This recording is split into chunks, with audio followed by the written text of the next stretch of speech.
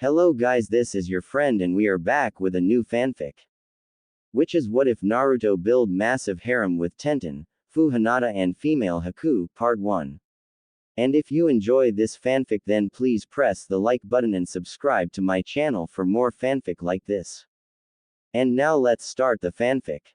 His clones had dispersed, relinquishing their memories to him that made him aware that they had performed their duties. One had completed writing a letter to his son, one had informed the old man his last wishes, and another carried a baby to his work office, and left a note in a picture frame. He looked down at his chest and sighed with a shuddering breath. A massive claw had pierced his wife's chest along with his own in their last-ditch effort to protect their son.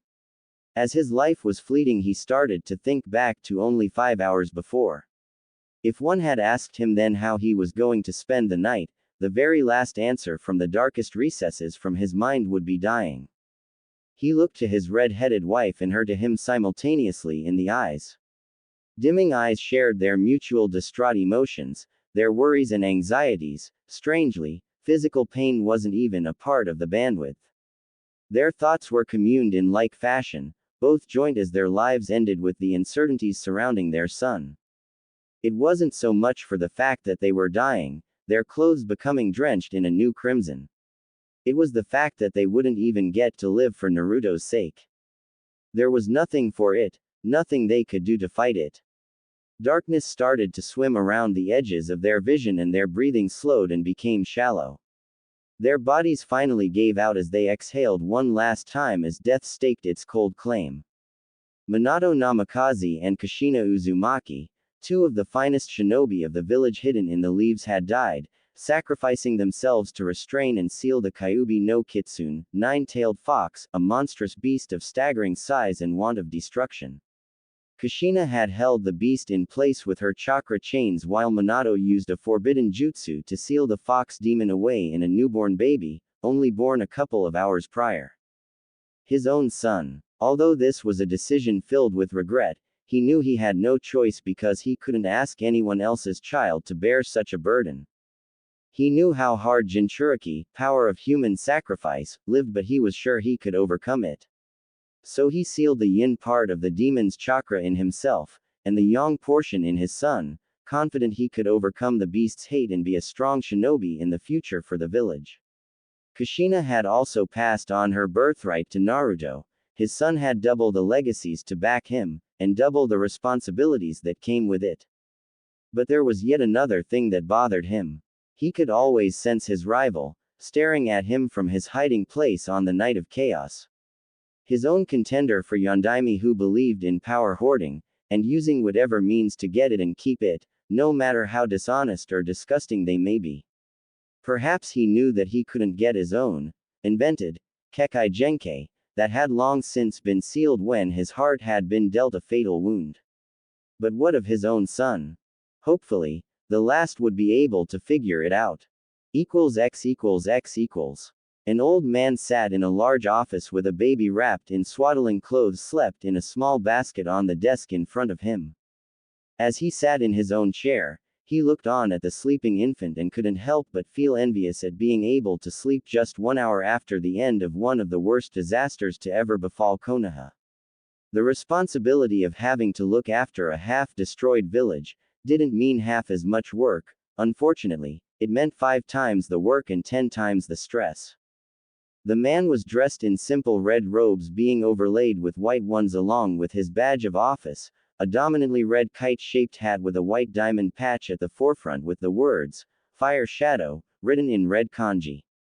His face being the only exposed area of his outfit showed a tanned, wrinkled face that had a few liver spots complemented by a gray goatee and crow's feet around his eyes. However, it seemed that he had gained a few more wrinkles to add to his ever-growing collection. Hiruzen Sarutobi was tired. No, he was burnt out. Everyone had a load of shit on their plate but he seemed to have the biggest portion by far.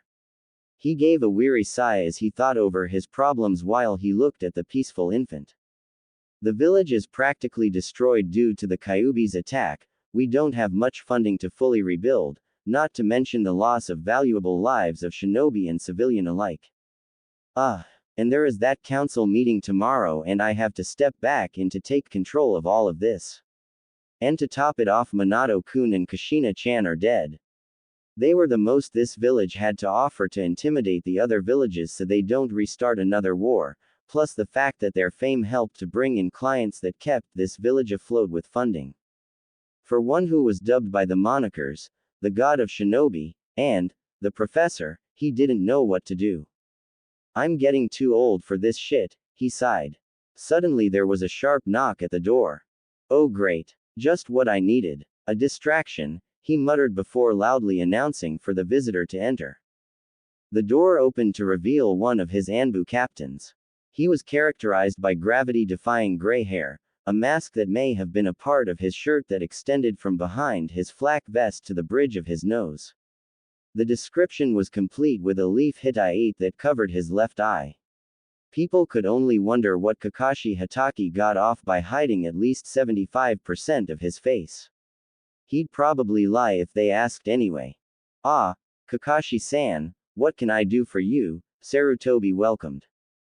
Is it true that sensei has died, Hokage-sama? Kakashi asked, getting straight to the point. He could see the answer written plainly on the Hokage's face, but still waited for the elder man's response. Hiruzen frowned at the forward question and gave the man the affirmative, and Kakashi pressed on as he pointed at the baby in the basket. And this child, his son. Hiruzen's face fell even more, if that much was possible. He didn't know how Kakashi came to know so quickly. Perhaps all those who knew or could come to that conclusion could be counted on a single hand. Kakashi and he included, of course. Yes. The copy ninja sighed as he silently grieved. He knew as much, having been charged by Minato-sensei himself to guard his wife Kushina while she was in the early stages of her pregnancy till 2 weeks short of the end of it. While he knew that he, Minato, died in sacrifice to save the village, would not want anyone to cry for him, he couldn't help but shed a few tears from his exposed eye. So what are you going to do, Hokage-sama? Figuring out a funeral, reasoning out the budget to fix the village, and to top it all off, I'm pondering what to say and what not to say to that damned council. Frankly, that's the easy part. Excuse me. The Hokage looked at him in shock. Everything except his heritage. After all, we can't handle any threats by any villages that have Minato-sensei's enemies affiliated with them. Especially Iwagakure, they both stated with uncanny simultaneous effect. They both stared at each other for well over a minute. Then what about the Minato-sensei told us that he wanted him to be seen as a hero. How did you? I was beside you when his clone told you. Hiruzen started to fervently hope he wasn't going senile. Perhaps it was due to the stress of the situation. Yes, that had to be it. Despite the bleak situation, the older of the two men managed to crack a smile. You know, you should take this hat. Meh. Don't feel like it. They both started to chuckle, but they stopped when they heard a giggle. They looked around, but then they heard it again coming from the basket. As they looked at the baby inhabitant who was giggling as it clutched a cheap-looking necklace that the copycat ninja recognized as Kushina's. The necklace was merely a string running through a small wooden necklace with the words Uzu one side and a red and white swirl on the other. The child giggled again and the previously crestfallen Hokage couldn't help but smile wider. He couldn't help but think that things might get better after all. The third fire shadow sighed as he stepped into the meeting chamber. It was going to be a long day. Looks like he was wrong about things getting better. Not that it started out peachy anyway. The council men and women of the shinobi and civilian factions had all gathered. All those who had survived the previous night anyway. A particularly nasty thought ran through his head as he thought about Mebuki Haruno. He briefly entertained the notion that she might have perished during the Kyuubi's rampage, but all hopes fled when he saw the woman's stoic face from behind a council man's head when said man shifted in his seat. Sarutobi could only think that a beast in great want of destruction had literally missed certain people who would not be missed, least of all himself. Did the damn creature actually kill the rest of the likable people in the village? Sarutobi took his seat and waited patiently for everyone to settle, or rather stalled before his migraine began. Finally coming to a more or less agreeable degree of silence, Hiruzen called for a complete version of it in a less than agreeable fashion, although his aura helped make it far more persuasive. Quiet, he bellowed, leaking just enough killing intent to scare the muttering civilians and ninja alike. Seeing them all visibly straighten, he nodded with approval. Now that we are settled, what's first on the agenda? Peace was once again forfeit in the chaotic shouts, each person trying to speak louder than the other except for the clan heads who calmly raised their hands. Hiyashi-san, Hiruzen acknowledged. What of the Kyuubi? We all know that the fourth went to intercept it, but after a short period of time it disappeared. We wish to know what had transpired, the Hyuga said, or almost demanded as it were. His expressionless face was unreadable, yet Hiruzen noted that there was a hint of worry etched into the man's brows. The Sandaime gazed at the expressionless Hiyashi and gave a sigh. Everyone leaned closer, as if a few inches increased their hearing capabilities. The Hokage began to speak. As you all know, the Biju are beings that cannot be harmed without massive effort from the offender. Also, even if they're killed, they would reform in a few years due to the fact that they are merely creatures comprised of nothing but chakra. So instead, Sarutobi beckoned to a maid holding something swaddled in a lilac-colored blanket. He couldn't take the risk of it attacking again in a few years, so he did the best next thing. By now the maid had now reached his side and Sarutobi took the bundle from her as people strained to see what was inside the blanket. For a fleeting moment, he wondered if he was about to make the stupidest mistake of his life, again. He sealed it away in a newborn using the Shiki Fuin, Reaper Death Seal, a Kinjutsu, forbidden technique, which demands your soul in forfeit. He forged the strongest seal ever created with the Shinigami's help in the hopes that you all would see the child as a hero for having to live with this burden. Konohagakure no Sato, village hidden in the leaves, Hiruzen proclaimed, lifting the child. She was saved by her youngest son. There was an ungodly amount of silence for a minute. On everyone's faces there was the unmistakable look of realization. Hiruzen, for a moment, had thought he had broken through to them. Yes, perhaps they would take what he said to heart.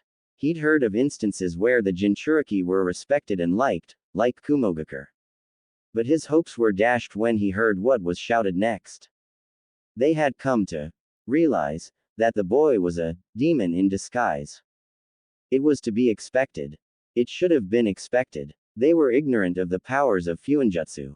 After all, how would one go about imprisoning a demon the size of a damn mountain inside a boy? He'd especially had hopes of the shinobi faction of being more educated on matters related to this, but was instead disappointed when they deferred to making the same shouts as the civilians. Whether it was mob mentality or just plain pent-up hatred, Hiruzen didn't know. Kill the demon. What the hell? The damn beast is still alive. Kill it now, Lord Third. My family died to that beast and the fourth left it alive. Those were just a few of those of the civilian faction. All of them were in hysterics. Fuinjutsu was a strange art, yes, but weren't the powers of all ninjas strange to the civilians? Granted, at first it did sound far-fetched for paper with ink scribbles to explode, but so was breathing fire, calling creatures from other realms, pulling bones from your body to fight with and seeing through walls. Albeit the shinobi present have to be able to suppress personal emotions. Not completely, but to a tolerable amount. Also, all of them had to various degrees in knowledge of the sealing arts and that it had virtually unlimited potential. But it was hard to grasp that it was still alive. They also called for its death, although they were trying to use logic in their speech. We should kill it now, Lord Third. The fourth sacrificed his life to make the Kyuubi vulnerable. After all, what is weaker than a baby? With all due respect, Hokage-sama, the child must be killed to destroy this threat. And so it went. On one hand, they were more respectful of his authority. But on the other hand, the message was still the same. The third was saddened. To think that no one would recognize this child for who he is, a hero. But then again, heroes were seldom loved in their own country. And Anbu quietly and slowly reached for his tanto. To anyone who would be watching, they would assume that he was prepared to act as crowd control, in case anyone decided to become physically offensive. His right hand finally completed its 30-second journey to its destination and gripped the handle of his weapon akin to a hungry predator on its prey that refused to let go. He then reached for his cyanide and nightshade pill and held it in between his molars. He then focused a minuscule amount of chakra that could hardly be sensed into his 30-second delay A-grade explosive tag and started to remember his wife, his would-be wife. Her father had never liked him, but despite the fact that his denial of their relationship, the two lovers had been set to elope on the 12th of October. He could easily recall her vivaciousness. It was one of her many qualities that he had found attractive. She was all over the place, writing this, trying on this, putting on that, going here and there mad with preparations. He was passionately in love with her and her with him. He was sure that after marriage he would quit being an Anbu, and slow down. Go on missions only once in a while and doing mostly routine village guard duty.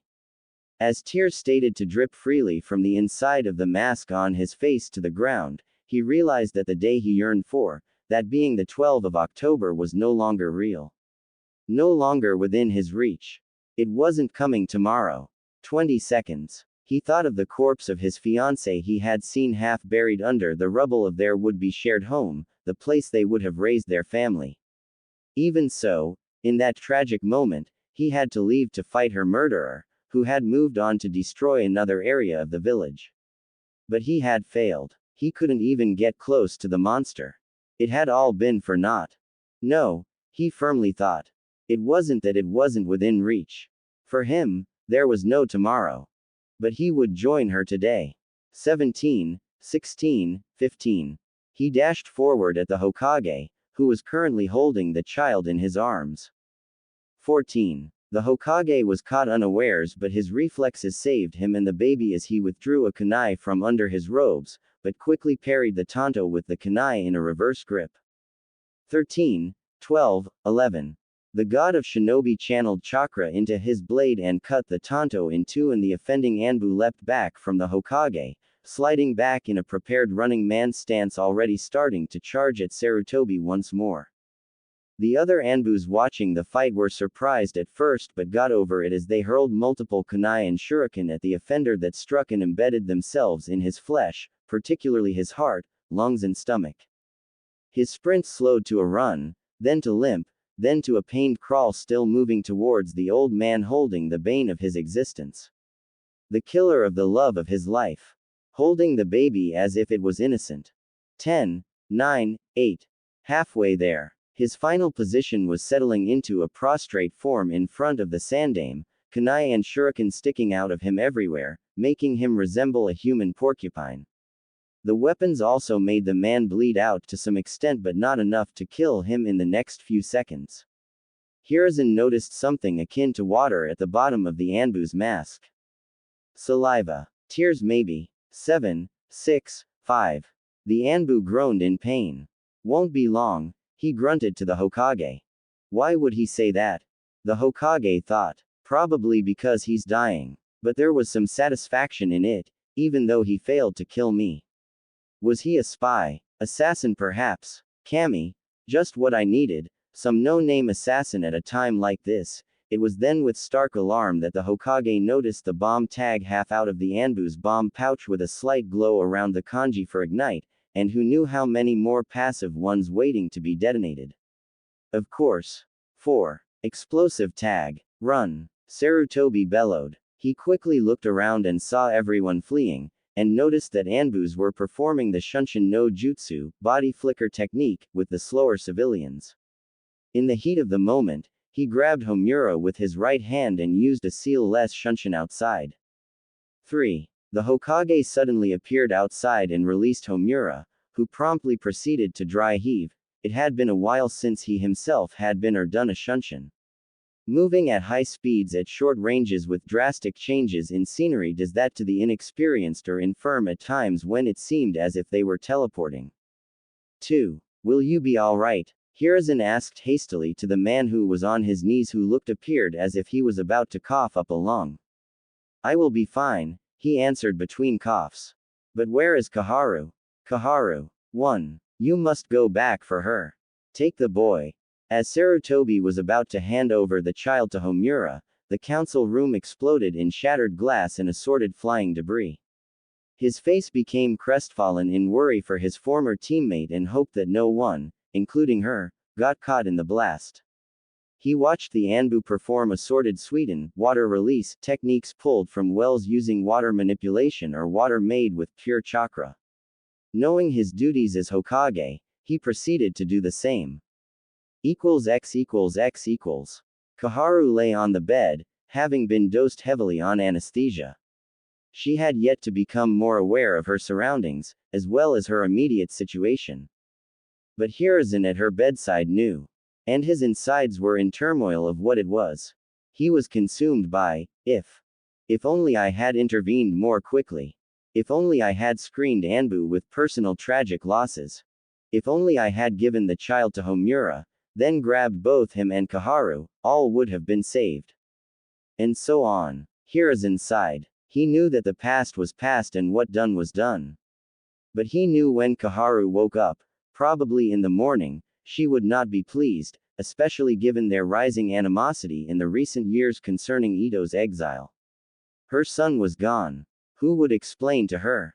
No one liked to be the bearer of bad news. Would Homura, their other former teammate, do it?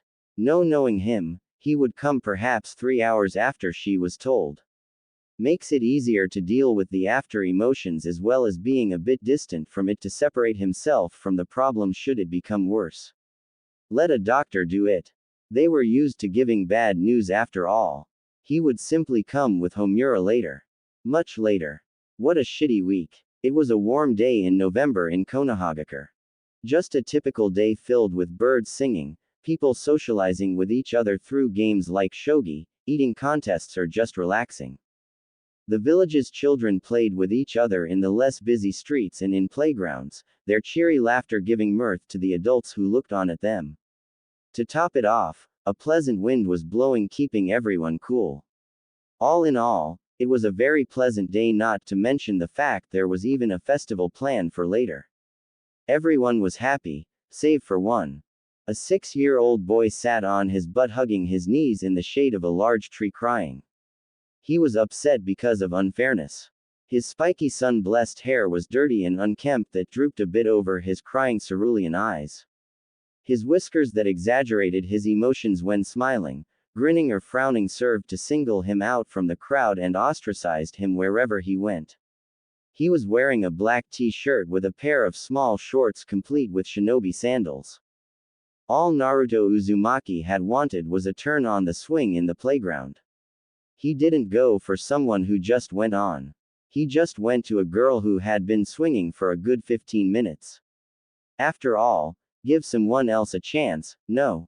The girl just looked at him and threw a begging fit to stay on a little longer, and her outlandish behavior tagged her as a very spoiled little girl. What she couldn't beg for, she cried for. When that didn't work, she screamed. Naruto, trying to defuse her, told her that he could wait a little more. Sure, he said with a high wattage smile. Pleased with her victory, she stayed on the swing for another 10 minutes before he asked again. Cue crying. This attracted her father's attention, who was conversing with his wife on a nearby bench. He looked over to see the bane of Konoha, with his precious angel, and she was crying. In all honesty, even Naruto at his age knew that the developing situation didn't look good. Oi, demon brat, get away from my little girl, you! He shouted, already looking for a stick or rock or something to punctuate his sentence with on the boy's person. He finally found a rather large branch and rushed at the boy, determined to defend his daughter. Before he could hit the boy, however, 2 members of the Konoha police force, clad in their typical robes complete with their clan crest, a red and white fan, appeared out of thin air, grabbed him by the wrists and shoulders, and then all 3 disappeared. About 10 seconds later, one returned and started to escort Naruto away from the scene. He was already familiar with how they operated, and just let them handle him however they wanted. The man's wife, however, let Naruto know how she felt about the whole situation. You damn demon. Look at the trouble you've caused. First you pester my child, get my husband arrested. What next? Are you going to get me killed next? Why don't you just die and let us live in peace? This, spawn of the queue. That was as far as she got in her rant as another operative of said force appeared behind her and landed a cuff on the nape of neck, driving it upwards to the back side of her skull, effectively knocking her out. He then proceeded to grab the still crying girl and then disappeared with the two females in a swirl of leaves. The remaining patrons of the playground didn't dare do anything while Naruto was escorted away by the first. Nothing that could get them into trouble anyway. Glaring and upset whispering was not punishable by law. The miserable boy, no longer able to rein in his emotions, burst into tears and ran away from his handler into the woods. The Uchiha, deciding to give him some space, proceeded to shunshin away to return to patrolling. The boy pumped his short legs as fast as they could carry him. He had no real destination. It could be anywhere, so long as he could get away from the cold glares, angry murmurs and unfairness. The boy was about to pass a large tree under which he tripped on one of its great protruding roots at his top speed. All it served to do was to bring him to a complete stop from his adrenaline-enhanced run, physical pain compounded on his emotional one. He crawled over to the tree, and started hugging his knees, still crying. The immense pain in his ankles started to dull and then fade altogether. The boy, however, continued to cry for another 5 minutes, after which he laid on his side still hugging his knees. The ankle was sprained only for a few minutes. Looking up at the tree, he was lulled to sleep by its gently swaying branches in a hypnotic, rhythmic pattern. It felt lovely. He then fell asleep. X equals X equals. It sounds very promising. Furthermore, it stands to both of our nation's benefits. Corsan, Hiruzen stated after the discussion. Without a doubt, Hokage Dono, the ambassador replied. In addition to sharing trade routes, we will be able to open new ones, greatly increasing financial assets of our respective villages. We also stand to gain militaristic clout when we assist each other in conflict. Excellent. The Hokage beamed. The council won't need long to deliberate this. It doesn't warrant much to ponder over, seeing that the answer is as plain as black and white. In the meantime, I trust that you will find your accommodations to your liking. You shall be able to stay as long as you wish, Sarutobi went on, a bit eager to please. The Kyuubi attack 6 years ago had put a seemingly bottomless hole in the treasury that desperately needed filling, hence the reason the Hokage wanted this treaty to go through.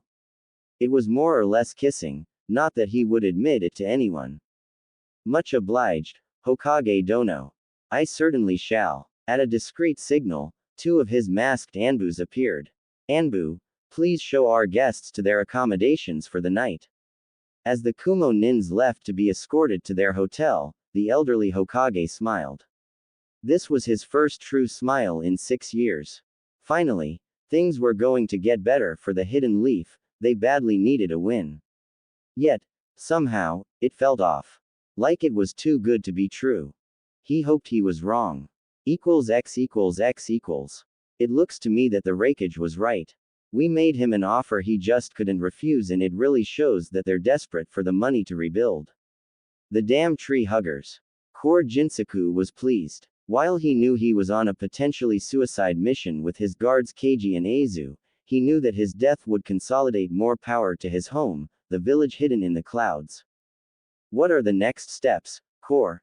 Aizu quietly asked. His patience wearing thin, Core nearly yelled. Speak up, man. Damn, I'm tired of always having to read your lips to know what you and Keiji are saying. You know it is in our nature for being born of the Saranto clan, Aizu quietly stated, completely nonplussed by his cohort's exclamation. Well, at least you're not as bad as Keiji. Barely says 5 words in a whole year. Anyway, we all know what to do. Both of you will get into the Hyuga clan compound and retrieve the heiress. They should all be focused on Lady Hitomi having contractions. Keiji, do you have the concentrated time essence? Keiji gave a small nod.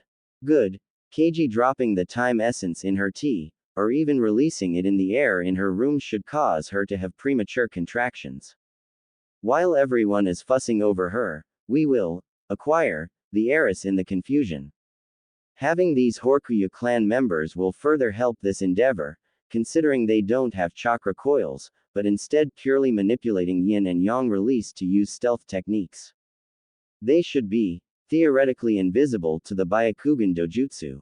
Then Azu will fetch me the girl and I'll use my swift release to get back to Kumo, leaving behind a clone with my cohorts to ensure we are not suspected, leaving at the time we told the Hokage.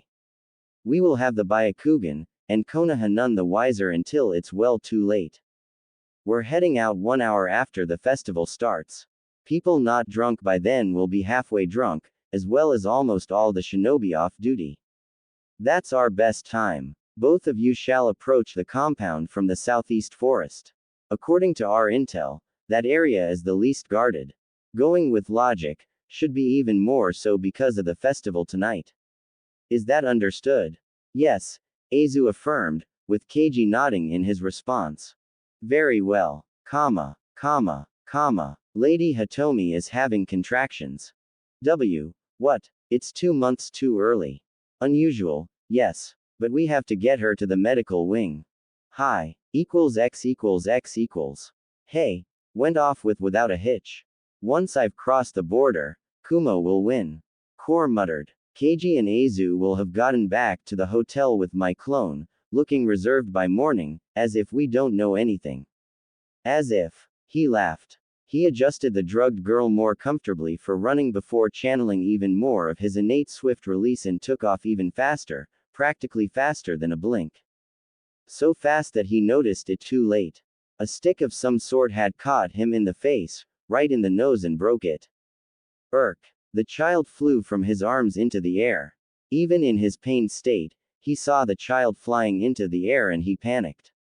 He didn't progress this far in the plan, just fail because he ran too fast to notice a stick in his way. A stick. He followed through with that train of thought as he got up and ran towards the spot he predicted the child would fall, seeing its general trajectory. A stick from one of these local trees should be supple, scratching my face as it bent, not flat out striking me as if it were as inert as a thick branch or something artificial and man-made, like metal. Here his thought came to an abrupt halt as he saw the child disappear at the apex of its journey in the air, apparently due to someone, or something's intervention. What? Who's there? He hissed in confusion, looking around wildly. Over here. He turned to the source of the voice animatedly, only to see a man sitting on a tree stump holding the toddler against their chest. Core, getting upset, charged at the stranger with his swift release, but at the last second, his fist to hit a purple barrier of sorts. He drew back his fist and lunged with a kunai only for it to be harmlessly repelled to the side, the barrier only appearing when external contact reached within a few feet of the man. Hey hole, you mind not doing that? You might wake up the girl. He looked down at the girl, wondering how she hadn't awoken as yet. Oh, she's drugged. Core tried to attack the man again, with each attempt ending in failure in everything but serving to get himself angry and frustrated. With his anger reaching its peak, he resorted to jutsu, almost uncaring if he hurt or killed the Hyuga heiress. Raiden. Jaibashi. Lightning release. Electromagnetic murder. Electricity flashed in deadly arcs from the Kumo ninja's hands to the man and surrounding area. Seeing the man still unharmed, he laced in 3 times the amount of chakra needed for the jutsu, for it to finally end in an explosion around the stranger. As the smoke cleared, Core looked forward to seeing the man electrocuted and burned, but was instead treated to the sight of scorched grass and ground in a perfect circle around him. Are you done yet? Another voice, but similar, sounded behind Core to see an identical replica of stranger standing 30 feet away from him. Shit. A clone. For the first time, Core studied the man. He was dressed in a jet black trench coat with a hood over his head. His look was completed with a holster with a small stick in it 4 inches long as well as shinobi sandals. Wait, stick. Could that be the weapon that struck me? But it's too small. You want that barrier down, huh? Just kill me, and that'll release the barrier and disperse. How about it? The stranger said. He spoke in a deadpan voice, but ridicule was salted into it. It was obvious that he certainly didn't expect the Kumo Nin to be able to beat him. Who are you? The stranger shrugged. Name's Ito, he said easily enough, as if he didn't really care much either way. Core paused for a moment to figure if he could remember the name, but couldn't. Just give me the girl. Not as if she's your daughter or some shit like that. You don't know her. I know of her. You gonna try to take her back, or are you gonna walk? Ito sounded as if he really didn't care much either way. He'd actually want the man to stay. He had something that he wanted. At that, Core took out his kunai and held it in a forward grip, studying the black-clad man's stance or lack thereof. You gonna make a move? Core taunted. Can you fight? The stranger replied back. More mind games. Core gritted his teeth. Die. Core ran at the man at full speed, channeling swift release. With speed like his, the man will be dead inside a second. Just as he lunged with his kunai, 1 inch before striking the man's chest, the stranger grabbed his knife arm at the wrist with his left arm, and jabbed his right arm through Core's armpit, sidestepped and planted the palm of his hand against the back of Core's head.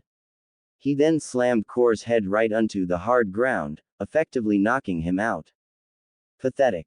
With the man taken care of, Ito turned back to regard his clone that held the child.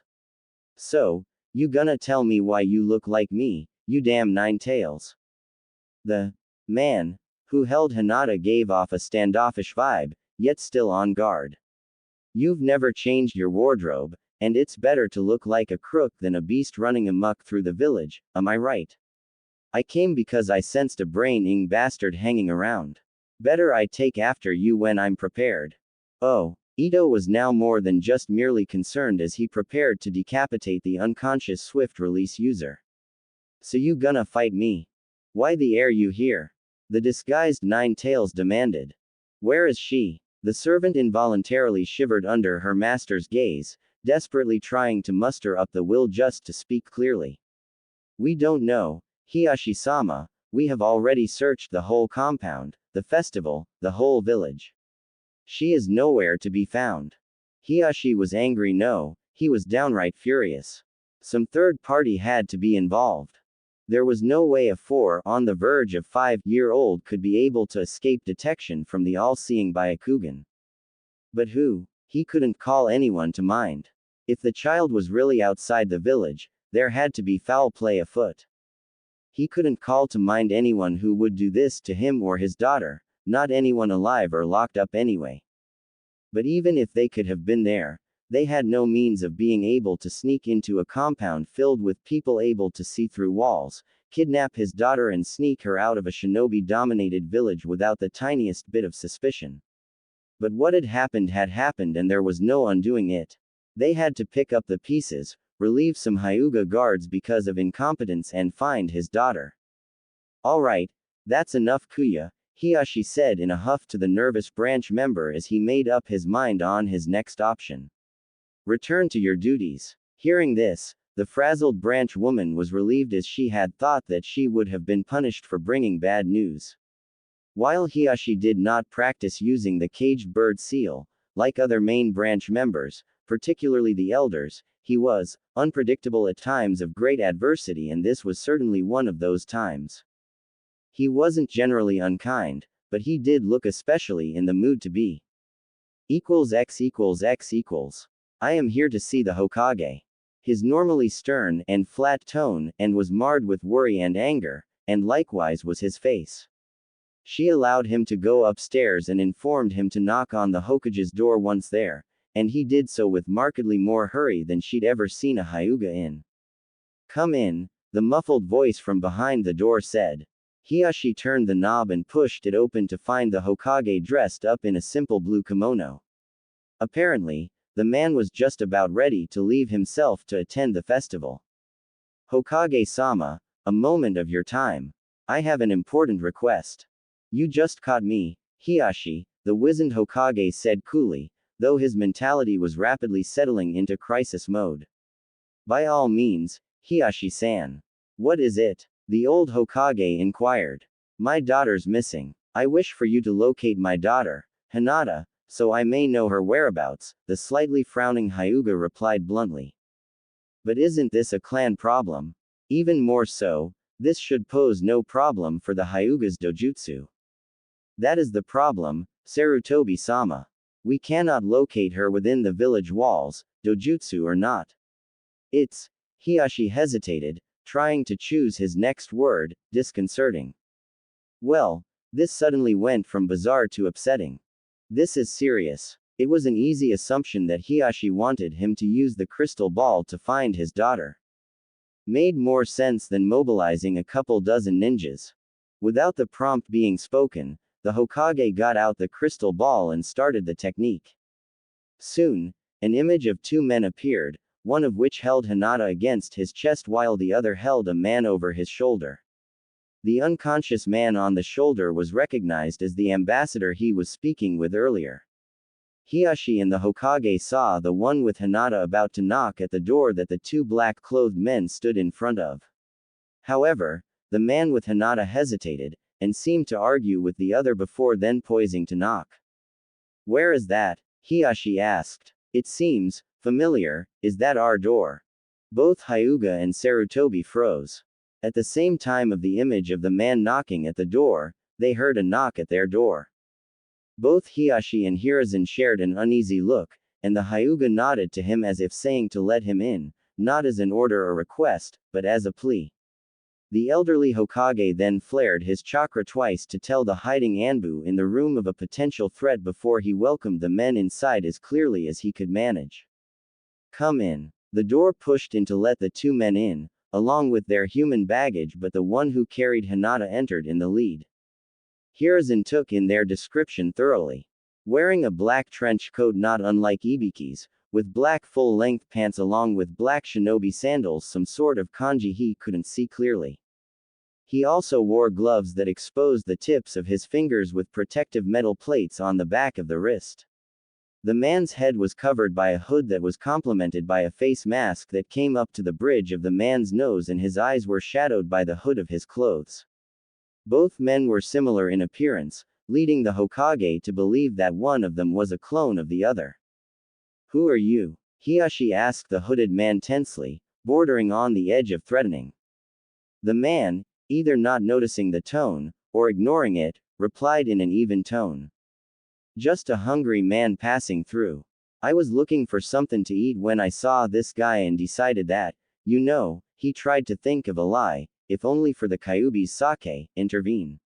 He didn't mention his own name either. Just the mere mention of it would draw every single Anbu in the area to try to kill him. Furthermore, given by how vague he was, everyone realized that he didn't care to tell them his name, and chose to ignore that fact. Explain yourself. We wish to know what transpired.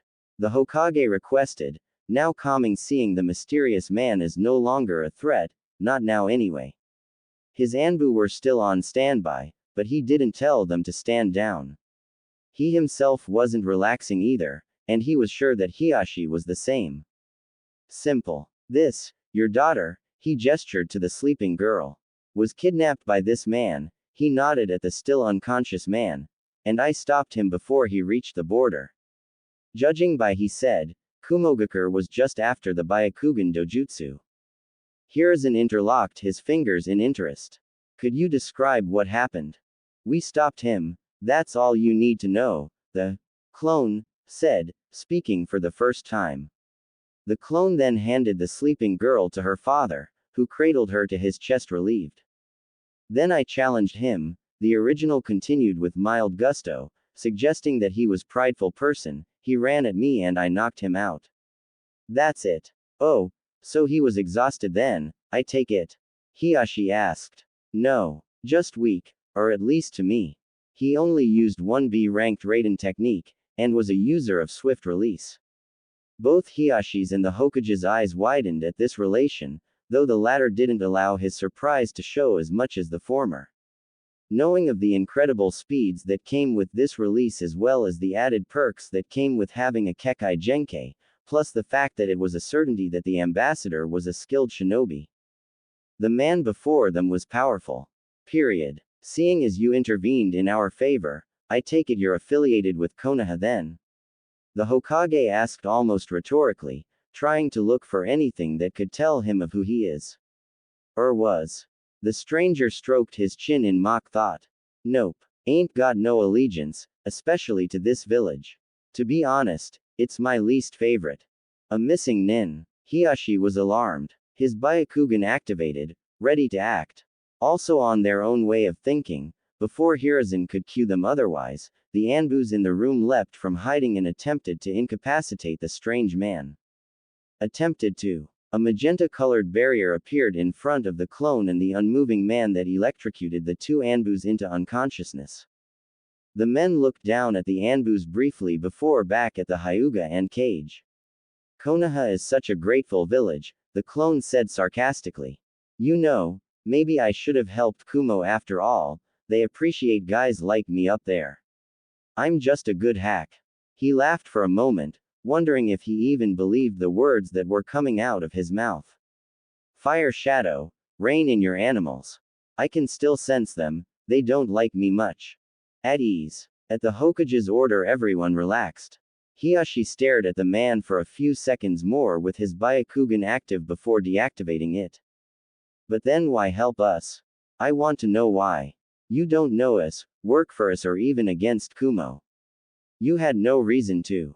Hiashi said, trying to get over the fact that the man disabled two Anbu without even moving. Among his many other off-putting characteristics. The clone his head in apparent curiosity. So you'd prefer I assist Kumo, I take it? No. Hiashi almost outright exclaimed, however, I am grateful to you sir. You have my gratitude for returning my daughter, gratitude and well wishes. If there's anything I can do to repay you. Careful, the man said cheerily, or I might have to take you up on that. Would you like to work for Konoha? The Hokage asked, wanting to have such a powerful ninja in his ranks. Or at least have a friend instead of an enemy. Damn, old man, weren't you listening? I don't like Konoha. He made a show of shrugging his shoulders, trying to get it across that he didn't wish to rebuff the man, only to refuse his offer. So no thanks. In any case, take the man. The stranger dropped the ambassador as if he was nothing more than garbage, and yet unwillingly, and started to turn to leave. The clone had already left, no one was sure when. I hope you'll never need my help again, 'cause I'm not a huge fan of helping. But about what you said about being grateful to me, I dig that. Me thinks I'll take a favor later on if I need it. Fire shadow, Hyuga, he nodded to both men in farewell, but for some reason, it was somewhat impolite when he did it to the cage. The original stepped backwards to a shadow in a corner of the room and was gone. I don't sense him. Hiashi. Hiruzen whispered. At the prompt, Hiashi walked to the corner and felt it and his hand came away with nothing. Why didn't you use your Byakugan? The aged cage asked. Remember when I had my Byakugan activated earlier? Yes, of course. When I looked at him with it, he vanished. I could only see him without it.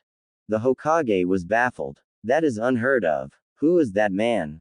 A lone boy slowly returned to the waking world he had left sometime before. He wiped away the matter encrusted at the edges of his blue eyes with his sensitive hands. It felt as if they were being punctured with pins and needles. He must have fallen asleep on them and cut off the blood flow to an extent. He sat up, trying to get his bearings before remembering, and mournfully contemplating the events of what had happened to him at the playground. The mean looks, the lady, and what she had said, something about him being the spawn of the nine. Nine something. He didn't know because the woman didn't get to finish her sentence. What did she mean? I'll just ask Gigi. I bet he knows all the stuff in the world. He thought with ending finality. So long as the man didn't somehow distract him from his questions like he sometimes did, Naruto felt that he should be fine.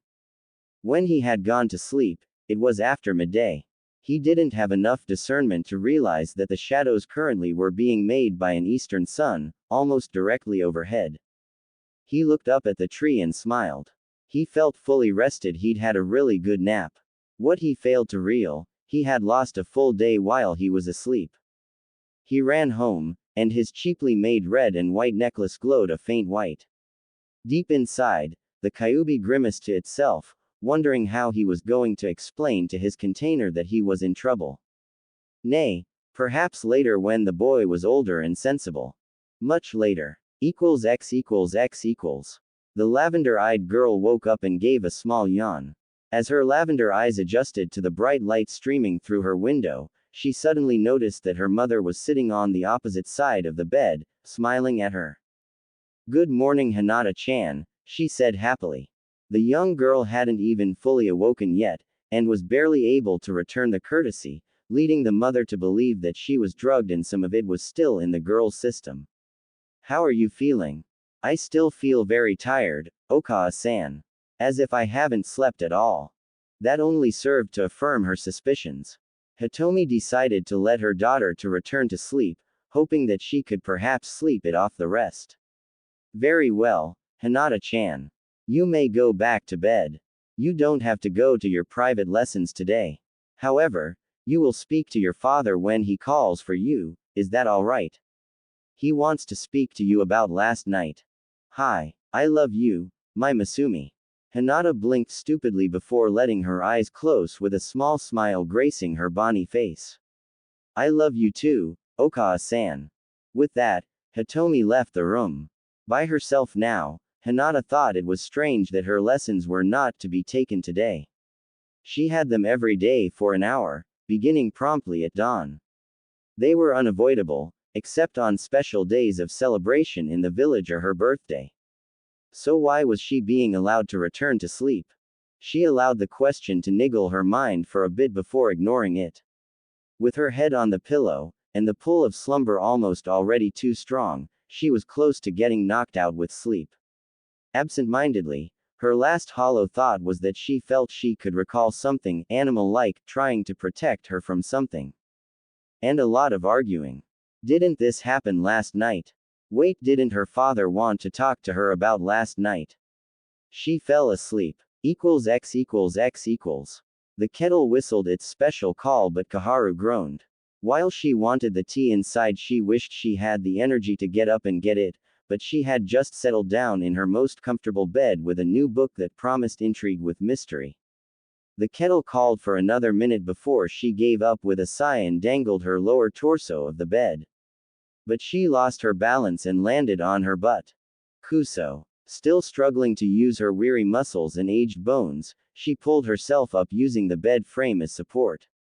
Finally rising, she hobbled to the corner on one leg and grabbed her crutches. 6 years of being a post-amputee, and she hasn't grown used to it. She had only grown more surly, taciturn and bitter. It hadn't gotten any easier. Instead, it had grown more and more difficult in her advancing age. As it had grown bothersome to cope with to do normal and simple everyday activities like walking or dancing she used to enjoy doing so much. Not to mention the new hurdles like stairs. Just another reminder why she moved from her third-floor apartment to one on the ground floor. Making it to her kitchen, she leaned one of her crutches against her kitchen table and leaned on the other, bracing on it and turned off the flame. She then poured the hot beverage into a cup and set it down, and not a moment too soon. Phantom pain had set in on her amputated left leg, making her grit her teeth. Her cut nerves still registered pain below her knee when it was no longer there. "Cammy, why me? What have I done to deserve this? I can't help but feel it's that brat's fault. If it hadn't been for him, the Anbu wouldn't have bombed the council building." It was a weak accusation and she knew it. But she needed someone to blame. Tears streamed down her face as she wished for relief from the pain. Both physical and emotional. "And Ito, my son. Where is he? I don't even know if he's still alive, what with Hiruzen keeping him from me with his damn exile. Doesn't he even care?" Ito was a lot of things. A crook, maybe. Too determined and ambitious for his own good. Definitely greedy, and strong too. Hell, he was even one of the nominations for Yondaime in competition along with Orochimaru and Minato. But he was never around, especially in times like this when she missed him and wanted to see him. Where was he? Naruto fidgeted uncomfortably in his seat before letting his head hit the desk as he suffered through his teacher's, or sensei as Iruka's ego would prefer, boring lecture, not wanting to look through the window anymore. Bemoaning the loss of what looked like a day perfect to be anywhere else doing anything else, he allowed the sound of the man's teachings to break down into a background monotone. Winding down in his ministrations to his class, Yumino Iruka smiled as he thought of all the young minds he was passing down his knowledge to. And that's why ninja wire is so strong, he trailed off when he saw a spiky mop of bright blonde hair far too close to the desk, indicating that the owner had his head down again for the third time that morning. Naruto, wake up, Iruka shouted, stopping right in the middle of his lecture to chuck his eraser at the seemingly asleep Uzumaki, just to let him know just how much he appreciated the boy napping in his class. I wasn't sleeping, Naruto shouted while lifting his head. Depending on varied opinion of whether it was fortunate or not, when he rose up, the eraser clocked him squarely between his eyes.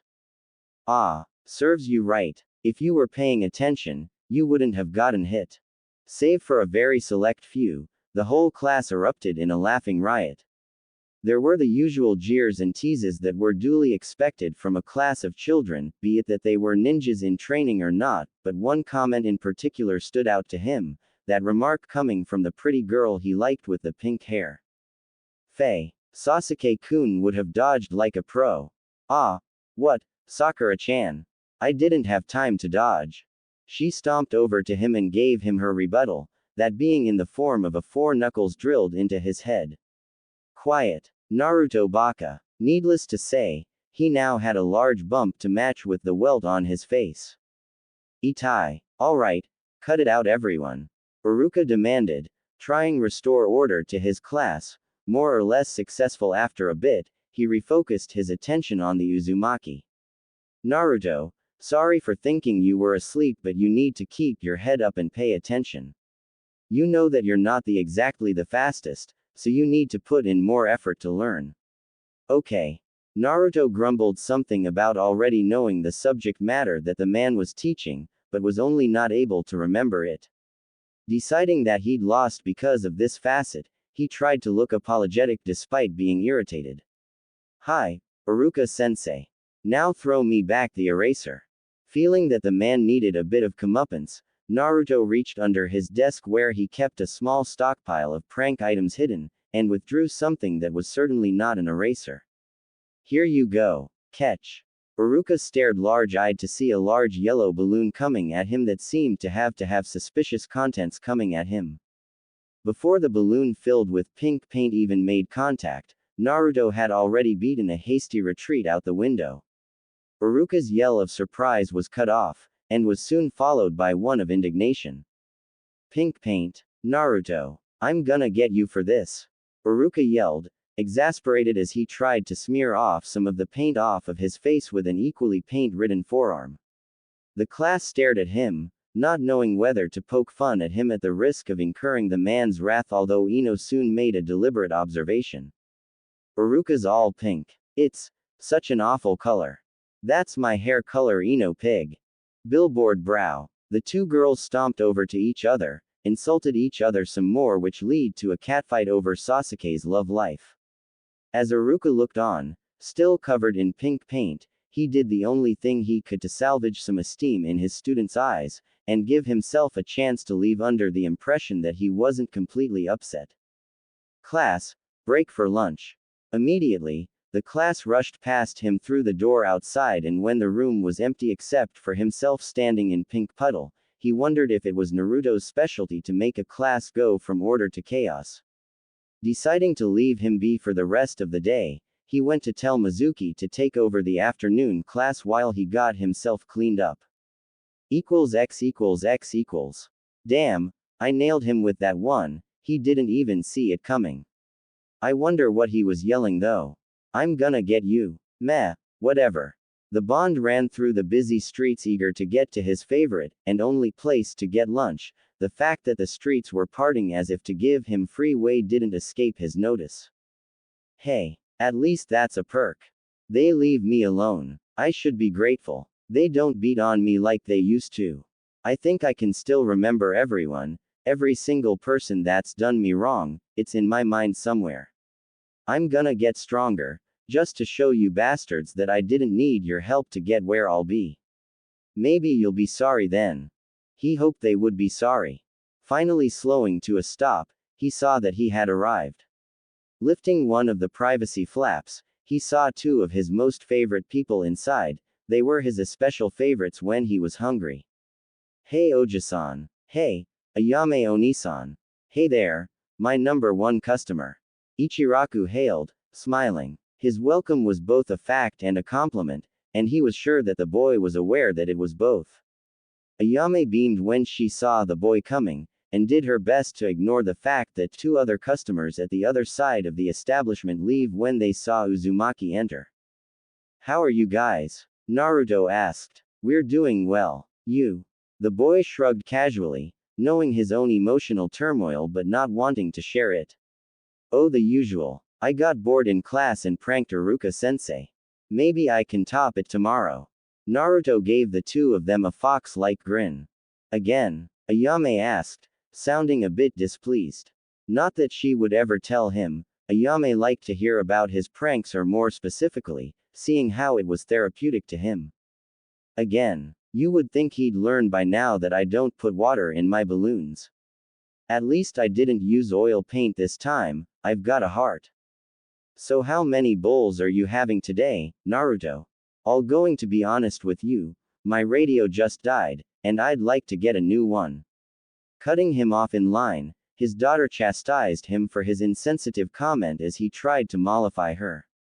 I was only joking. The elder Ichiraku chuckled. The usual. Yes please. For once, he prepared to sit still as he waited for them to prepare his favorite meal. From the perfectly round dumplings, to the blemish-free pork and chicken strips, the smooth noodles that slid down the throat to the delicious broth that warmed his stomach comfortingly. As expected, Naruto lost his patience to his hunger-induced fantasies. Oji-san, I'm dying of hunger. Naruto whimpered like a struck dog. You're so melodramatic. Here it is. With that said, Ayame placed down a miso ramen, another one with pork, and her father came out with one that didn't smell entirely right. Naruto's nose twitched. Oji-san, is that? Yes, Naruto. You haven't forgotten, have you? It's Tuesday. No. He was about to get up and run, but Ayame reached across the counter and caught him by the scruff of his shirt. No. Come on, Naruto, the Hokage ordered us to give it to you. So hey, me thinks that if you become a cage, you can cancel it and force him to eat it when he's retired. She knew it couldn't happen, and he knew too. He still appreciated her sense of humor, and it helped bolster him a little bit. You bet I will. Now let's get it over with. Naruto reached for the bowl, looked into the bowl and grimaced. Something wrong, Naruto? Ichiraku asked. You know, besides your poor diet ethics. It's an abomination. It's soup. Ayame deadpanned in response to the boy's melodrama. And I tried my best to make it more tolerable for you. I even had them soaking in miso spices overnight. Ayame replied in a complaining tone. Naruto looked into the bowl. Instead of being filled with noodles, meat and dumplings, it was filled with spinach, broccoli and Brussels sprouts. Damn. Well, itadakimasu, he said hesitantly. He looked back over at Ayame, who was waiting expectantly to eat. Well, if she could put in extra effort just for him to eat vegetables, maybe he could reciprocate. Maybe if he'd had more than one choice in restaurants, Naruto figured that he'd stay right here. They kind of reminded him of his family in Wave Country. I love you guys, he grumbled almost humorlessly, but I hope you know that I love you less on Vegetables Day.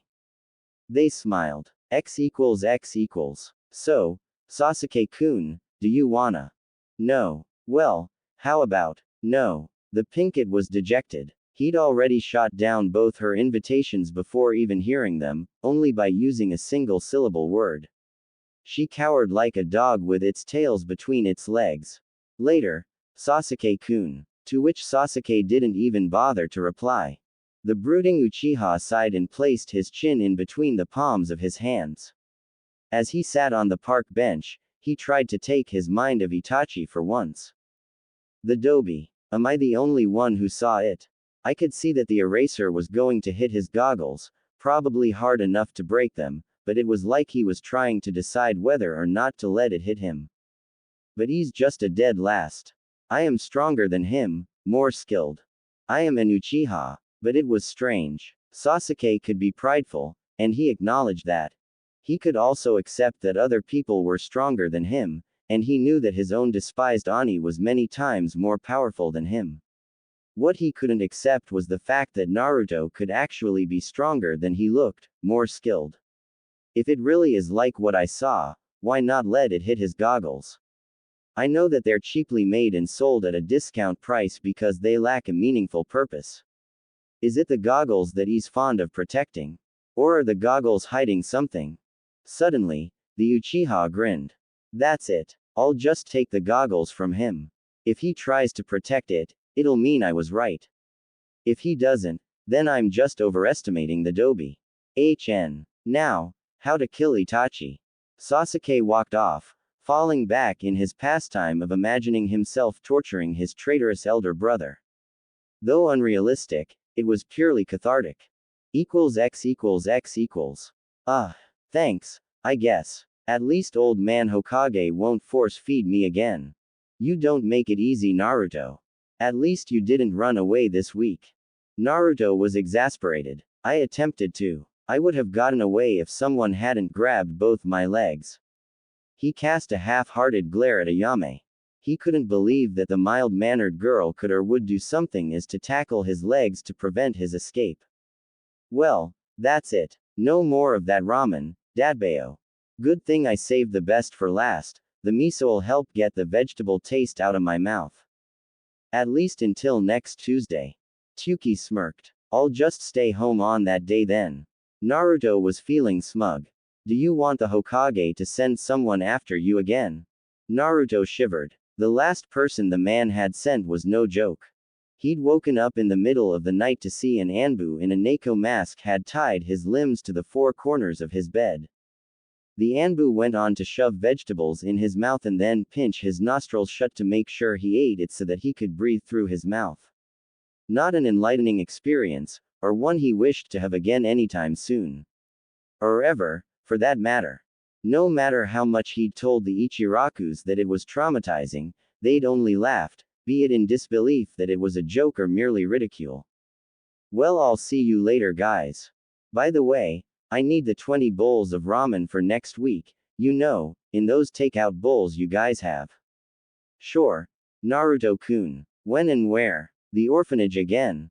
Ayame asked as she was given a small booklet of 20 sticky notes, all of them with an amateur picture of a whiskered smile. It was a drawing of a wide grin with 3 lines on either side of the grin, akin to aforementioned whiskers. One could say that Naruto drew his own grin as a signature of sorts, no doubt done as a sort of calling card or twisted autograph. Either way, Naruto's ego was leaked into it heavily and it remained to be seen if it was a good thing or not. Since it's you, Naruto, I'll do top-of-the-line service. It's a priority, Tsuki exclaimed. Naruto-kun, really? This picture? The brown-haired girl asked, dumbfounded. There's nothing wrong with it. Later, guys. And with that, he jumped off the stool and made his way home. So what's the picture of? The elder Ichiraku asked. Ayame chuckled and handed one of the pictures to him. He took it from her and peered at it. Heh, that boy is certainly eccentric. Still doesn't explain his attachment to that place, though. Naruto pushed open his door and sighed. Home sweet home. Is it, boy? You know it's in terrible condition. Hell, even those orphans you're trying to treat with the ramen live better than you. Tenten lives better than you. Why don't you go live there? Not only is it a pigsty, you're surrounded by people in this district who all hate you. Maybe we should run away again, it's worked out before.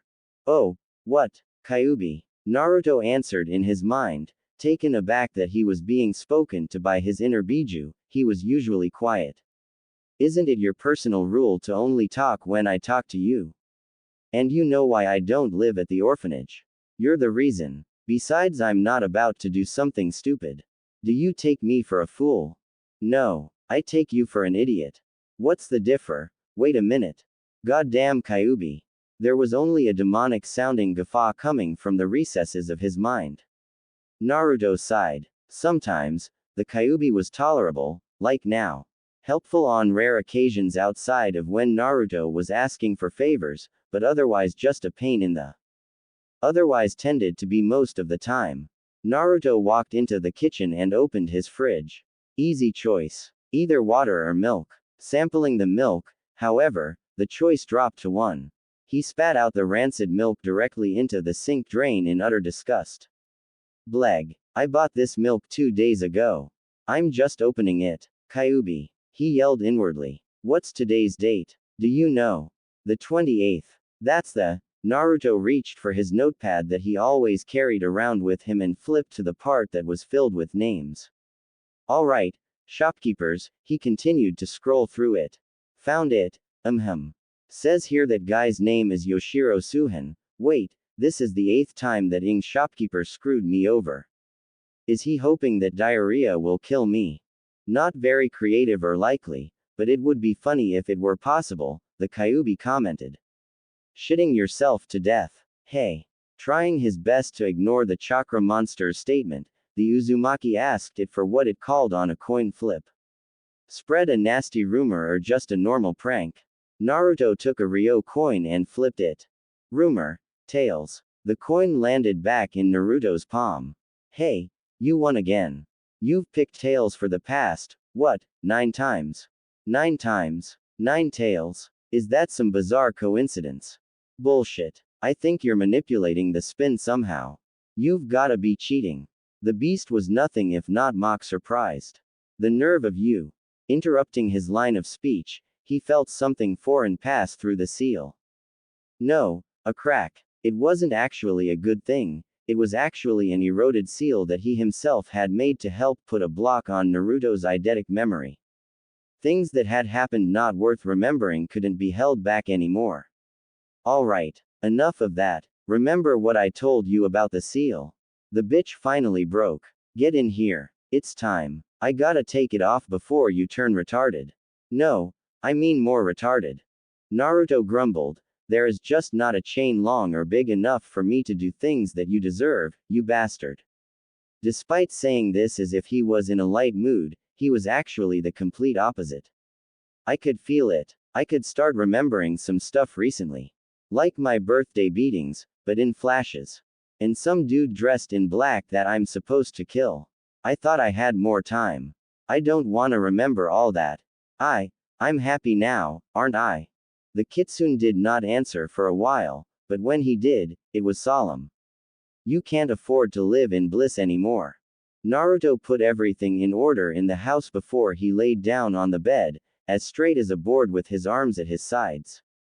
He tried to think of nothing at all, but soon, the seal embedded in his mind like a fishhook was slowly ripped free, and he couldn't stop himself from yelling his hurt until he fell unconscious. She walked through the village to where she knew his house would be, and more than a little worried. The academy's school day was finished and her favorite blonde had failed to attend. While he openly admitted, no, shouted that he hated the academy for having too much damn bookwork, he never skipped a whole day. Come running in at the final hour a few times, but never a full day. Besides, while he was reckless, he wasn't stupid, or at least that she was likely one of the very few who thought so. The Genin exam was the day after tomorrow. He wouldn't want to botch his chances by failing to attend. Without even realizing it, she had walked straight into the district where Naruto lived. She sighed. She did it again. She let herself fall into a state of autopilot. Even though autopilot mostly ran on muscle memory, this only went to show that she visited him a lot. Visited him without him knowing. No, she was stalking him when he left his home daily in the afternoons. I could use his absence as an excuse to visit him. If he's there. What if he isn't? What if something bad happened to him? Should I talk to somebody about it? It was too easy for her to get caught up in doubt, and what was worse was that it usually low-key led to self-doubt. What would I do if he doesn't want to see me? It was a rather pitiful state of mind, she reasoned, and she was fully aware of why. While she was pressured to be a perfect heiress for her clan, especially the elders, she got some constructive help from her mother as well as her father from time to time. She did not have any ambitions such as becoming the head of the clan, nor her sister, and this detracted a lot from her drive to perform well. As for Hanabi, she merely wanted to be the first of the Hyuga capable of incorporating elemental chakra into the Juken, gentle fist. It was presumed impossible, but that was the primary, and ironic, reason why Hanabi wanted to be the one to do it. Neji was even being considered to be a fallback heir, being born so close to the main branch as well as being a prodigy of the gentle fist style in more than 5 generations. But he was particularly cold. He seemed to have some vendetta to everyone but his parents. Perhaps only he knew. Perhaps the cause of her shy personality and self-doubt could be due in no small part to him. Suddenly, Hinata found herself in front of Naruto's apartment building and she sighed. She had been on autopilot again. However, this poor mental reflex seemingly sabotaged her by leaving her to try to actively think about what her next move should be. When a while had passed, she realized that she had been standing as still as a statue with her hand poised to knock for more than 10 minutes. What if he doesn't want to be disturbed? She pondered using her Byakugan. It seemed like the safest solution. If he's doing anything that seems important, I won't disturb him. If he's casual, I'll knock and request admittance. She formed her unique dojutsu hand seal. Byakugan. Her dojutsu immediately pinged into use with veins bulging around her eyes, enhancing her eyesight with the extra chakra. That must be him in the bedroom on the bed. Is he sleeping? Maybe I should just leave. But she looked on a little longer. Something felt off. She knew that Naruto did not take afternoon naps. He was too hyperactive for that. Besides, he would have been training at this time.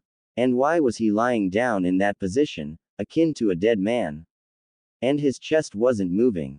It was as if he could be, well, dead. That was when she finally processed that last thought. Dead. No. With that, all self-issues went out the window and hesitancy be damned. She took a step back and rammed the door. The lock easily gave way out of the dry rotting door jamb, but the privacy lock and chain held fast.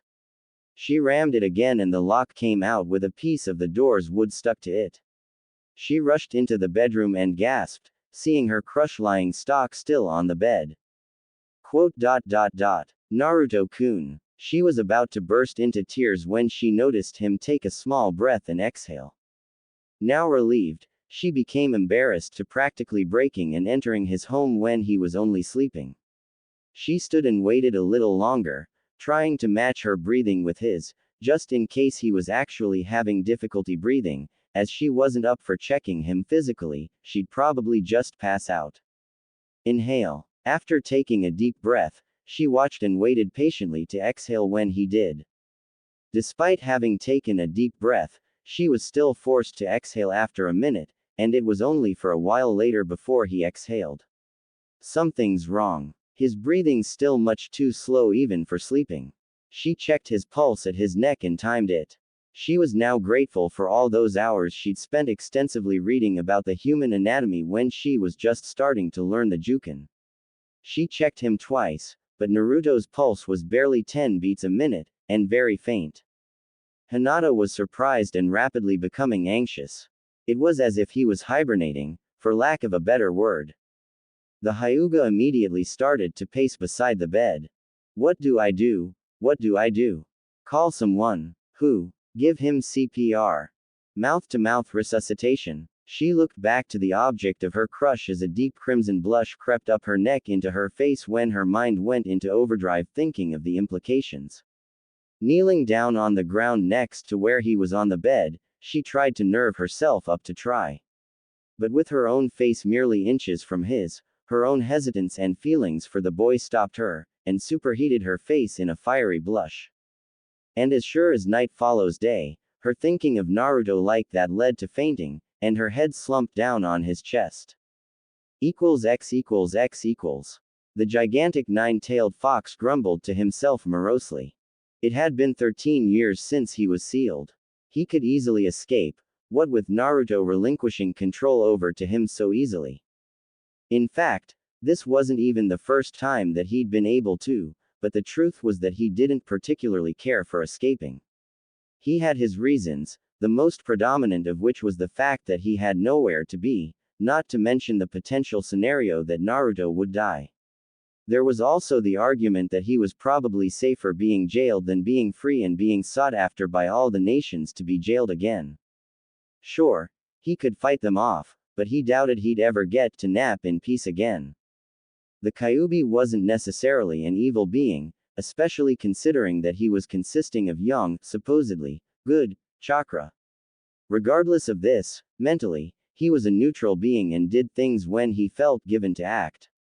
He helped when he felt generous, destroyed entire landscapes when he was pissed but otherwise just kept to himself. Minds were intangible and basically all things alive had one.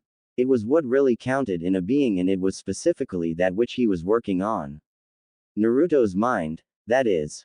For 3 years, Naruto's had a seal suppressing the memories of his childhood. A recycle bin of sorts. The memories would have made him catatonic for life and soured him, perhaps even making him mental. But as any other trash can, there was a limit to what it could hold, but it could not be disposed of as Naruto's abilities, and principally his eidetic memory, which made that impossible. Now, the memory suppressing seal was threatening Naruto's mental health, as well as his own.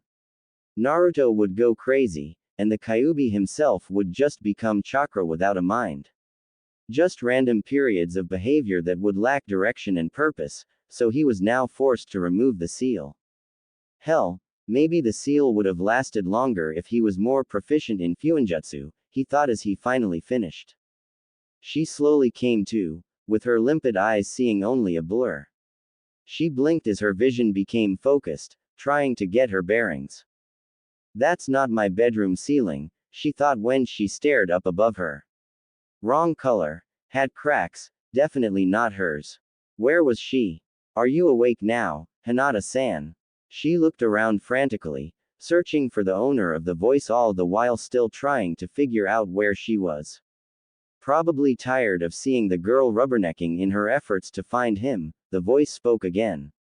Right here. She leaned her head all the way back while lying down. She now saw Naruto sitting behind her head in a chair adjacent to the couch she was in. Naruto-kun, she yelped, hurriedly getting up. She now remembered what had happened. Naruto seemed on the brink of death, but now he looked as fit as a horse.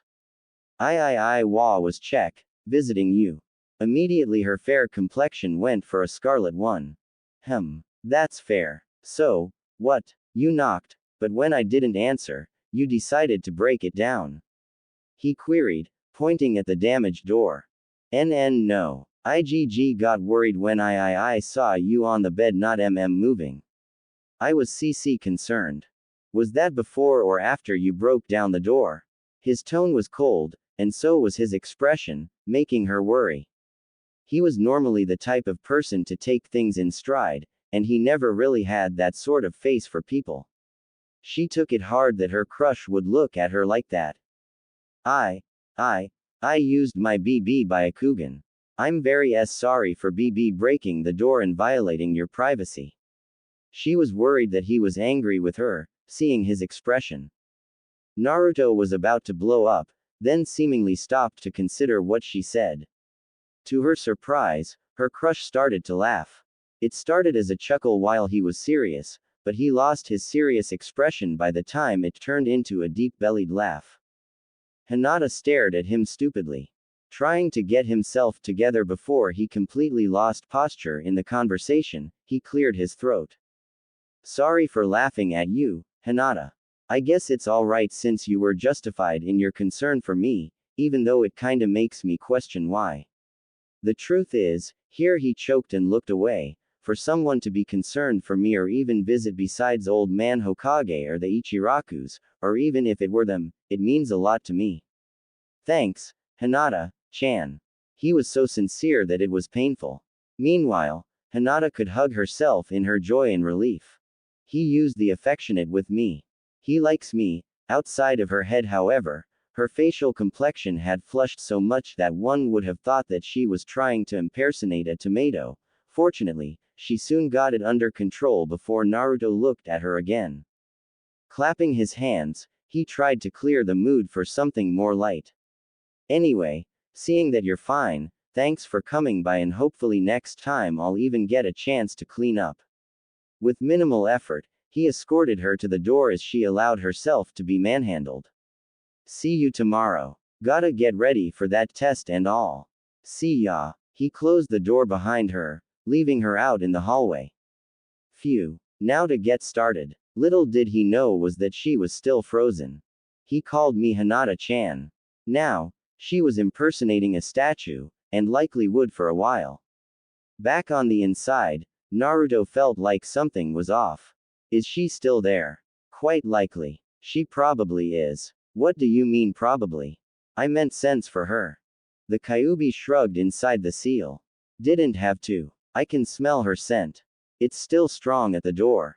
It's coming in because the door is slightly ajar. Not shut. Remember that she broke it down. Anyway, do you think she's still being here will disturb what we're going to do?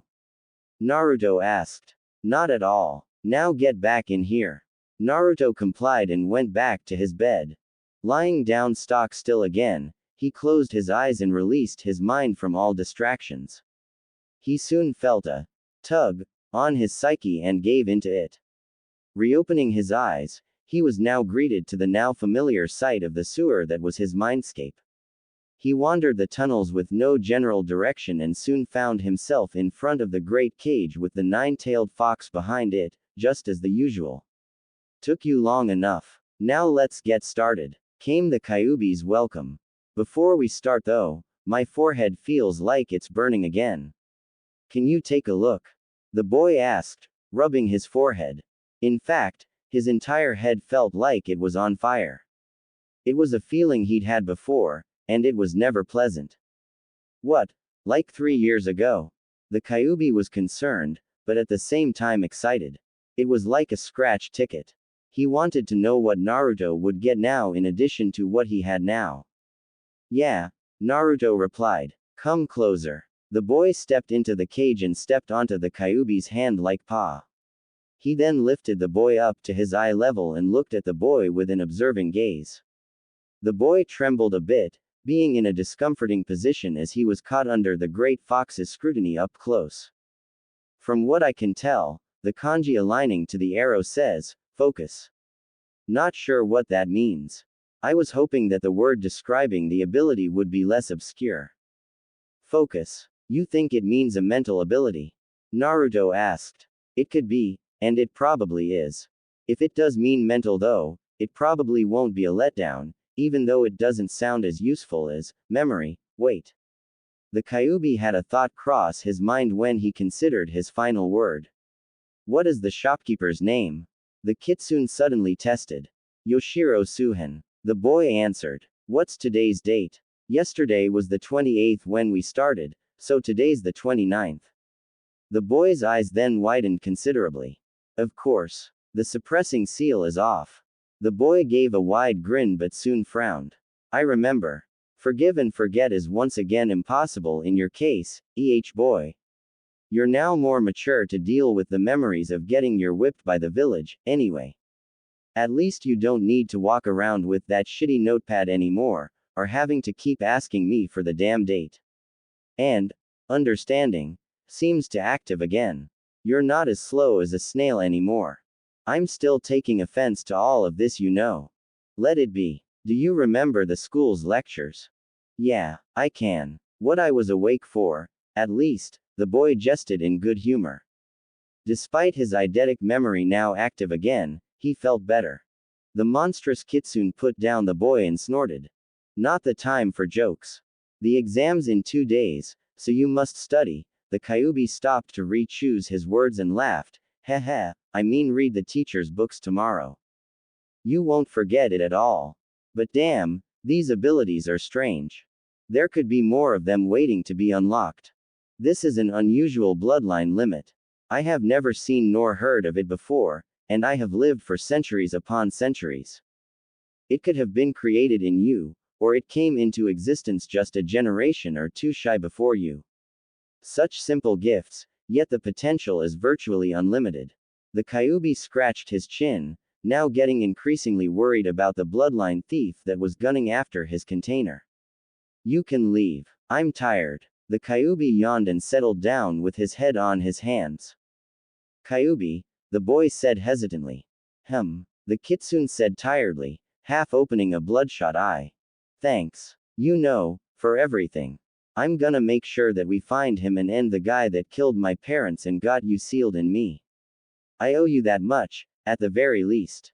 Yeah, sure. You're welcome and all that emotional shit.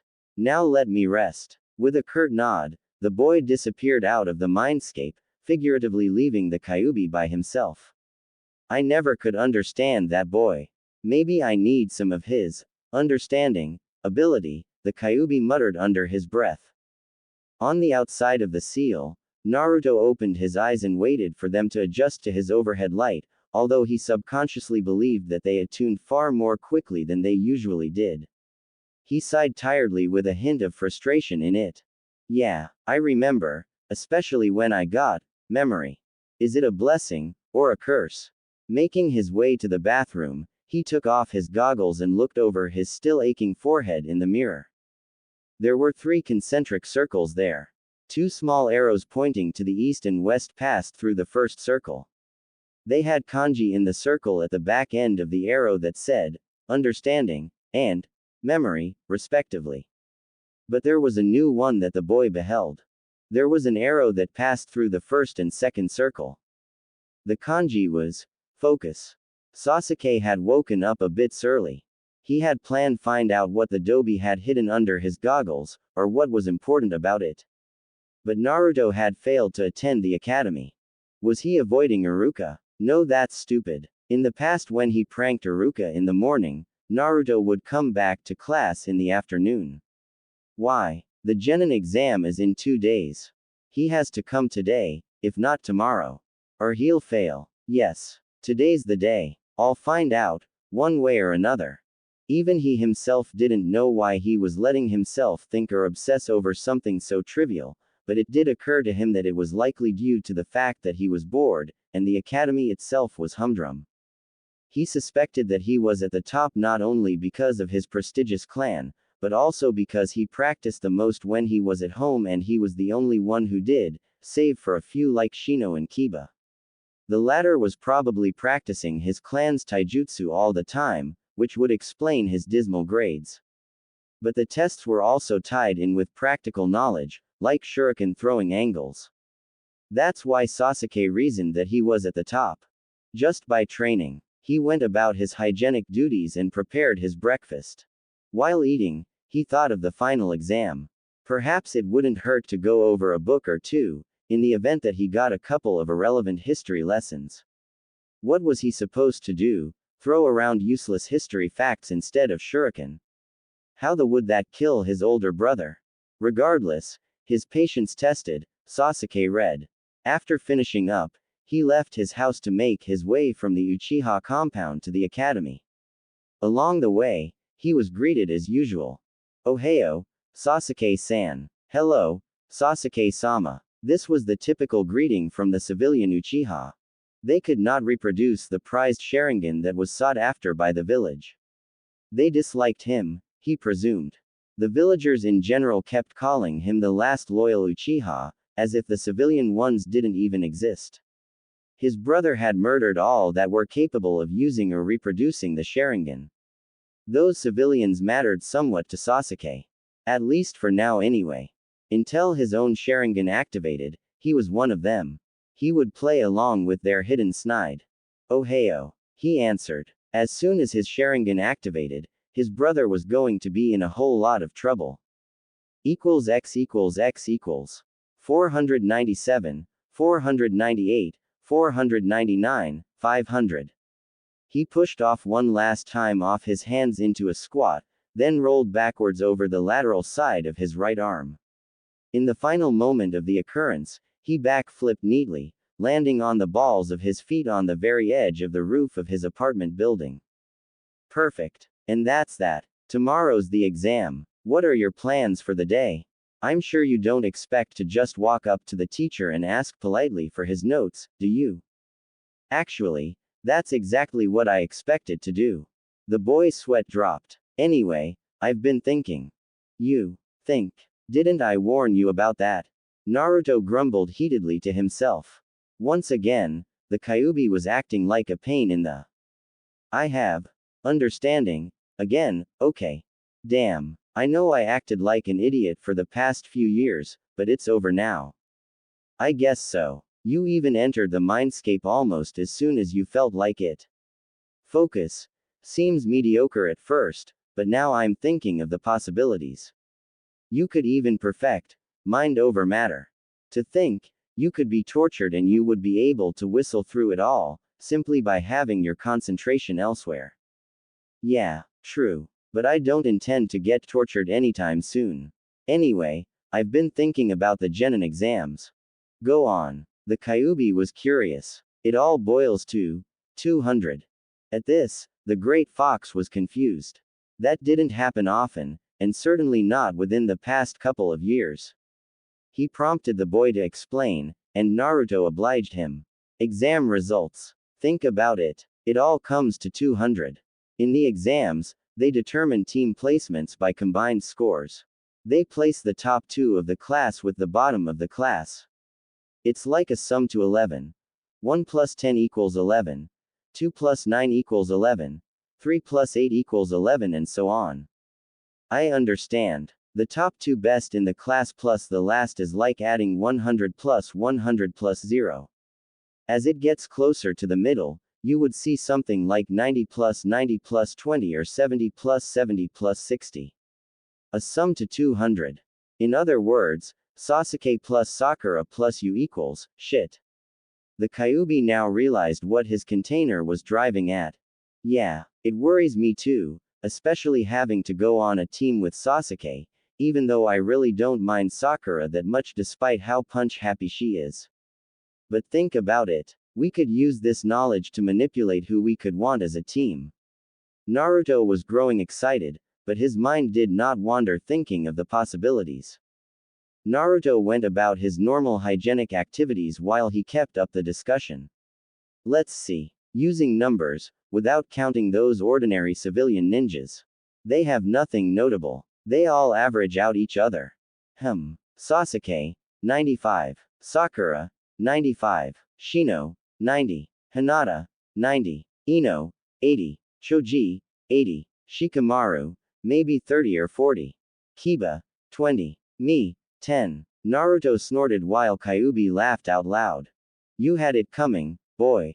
What with falling asleep and truancy in the mornings and whatnot. You know it wouldn't have made sense anyway. My memory at the time. True. But you could have taken notes. We're straying from the issue. By now, Naruto had donned his new outfit. It's safe to say that the Uchiha and Haruno will be a team. Inuzuka, Aburame and Hyuga will be on another and the last team will be a repeat of Ino Shikacho, being comprised of Yamanaka, Nara and Akamichi. Let's see. The members of Ino Shikacho are out. Besides, one's perpetually lethargic, one needs to constantly eat to store fat and has no stamina to support his weight in Ino, he grimaced. Gives blondes a bad name. Oh, as if you were any better. He ignored the jab at his intelligence.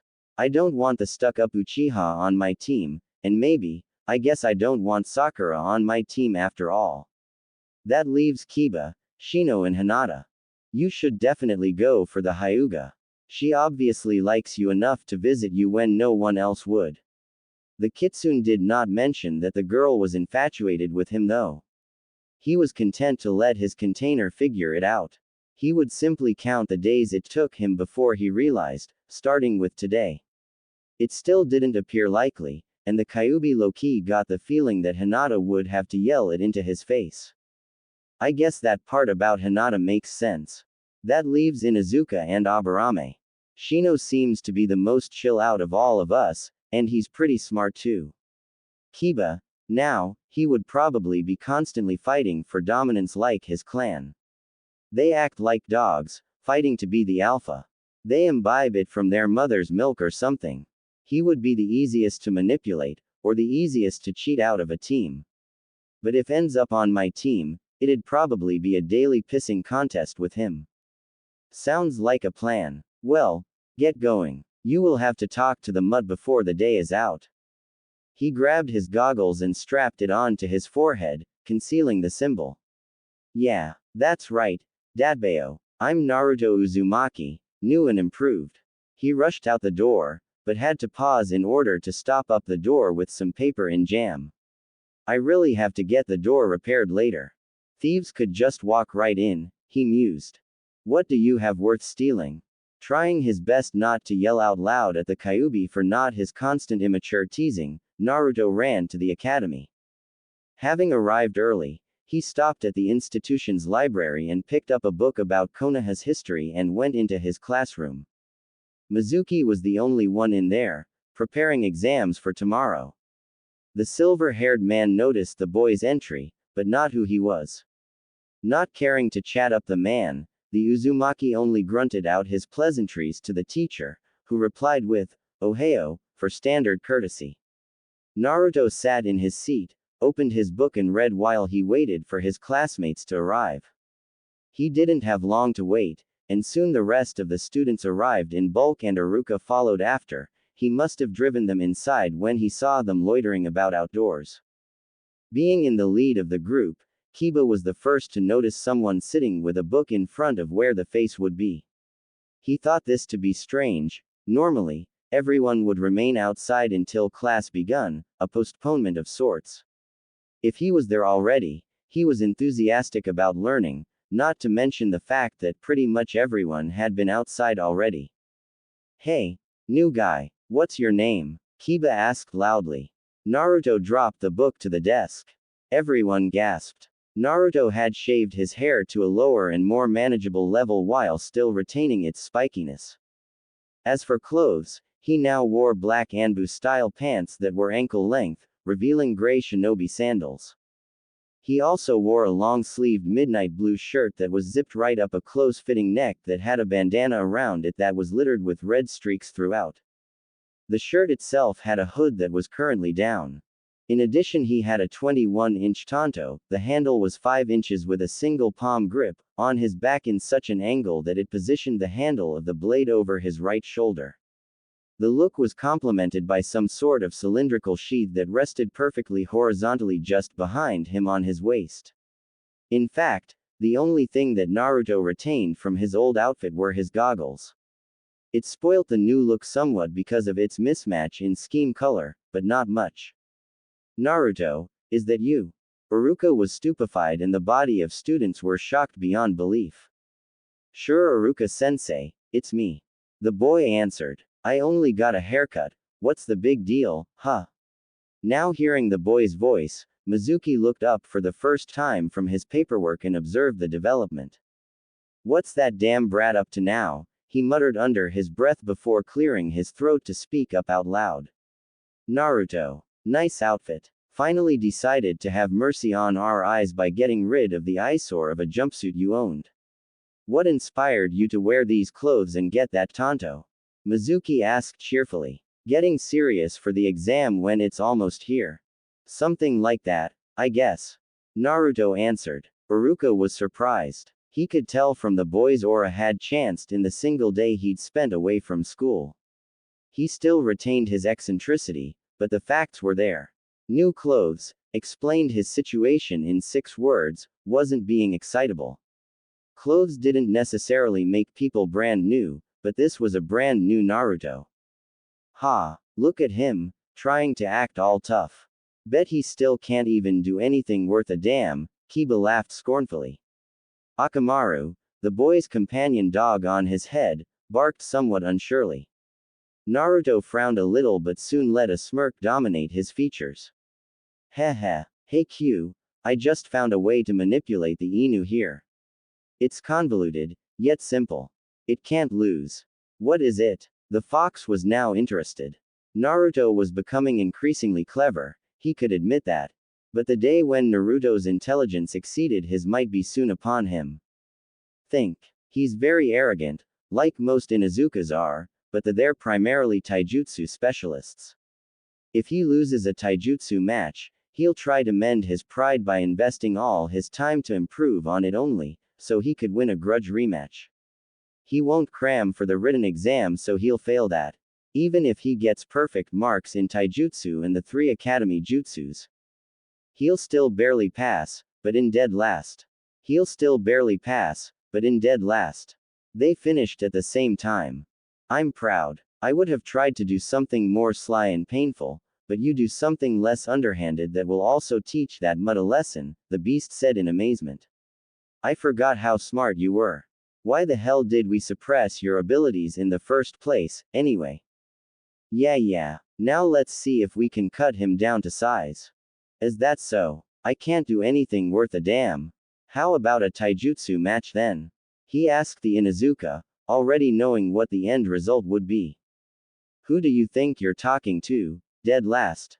Kiba jested. The other students now began laughing at the whiskered boy, boosting the Inuzuka's ego. I'm talking to an Inuzuka mutt with dog breath. Or is he gonna run away with his tail between his legs? Naruto now turned the students against Kiba, and they all oohed when heard his comeback. Say Iruka-sensei, it's alright, isn't it? It'll help us prepare for tomorrow, and you weren't gonna teach anything today just before the exam, were you? Naruto asked. No, Naruto. Just revision. But I still don't approve. Iruka remarked with a resigned groan. I say let them go at each other. Can't last longer than 15 minutes. So long as they pay attention in class for the rest of the day, I've no qualms. Mizuki gave out his opinion. Hey, shouldn't last more than 15 seconds. Inuzuka is going to rip the little shit to shreds, especially now since he's angry. Should be fun to watch. He thought. Alright, I guess that's true, Yumino conceded. He still didn't want this to proceed, but he really didn't have a choice. If it didn't go through, his students would heckle him for the whole day. And besides, if Naruto ever deserved some sort of karmic action for a prank, particularly a recent one that was paint-related, then this was fair, although he hoped Kiba wouldn't kill him. X equals X equals. The students surrounded the sparring circle, and Sasuke pushed his way to the front. While he wouldn't admit it, he was eager to see if his questionable theories on Naruto were true, that being whether or not he was actually concealing his skills. Perhaps even more interested in Naruto's welfare but too hapless to try to go through the crowd to observe more closely, Hinata activated her Byakugan to see through the crowd, and marked Naruto out as usual because of his uniquely large chakra coils. Naruto handed his tanto to Shikamaru, mouthing to him to keep it for him. He then took his place on the mat, where Kiba was doing stretches. Ready, mutt. Just you watch, the boy growled back. Naruto, what about that? Iruka pointed at the holster peeking from behind Naruto. He wasn't sure what it was, but he was sure that it was a weapon of sorts.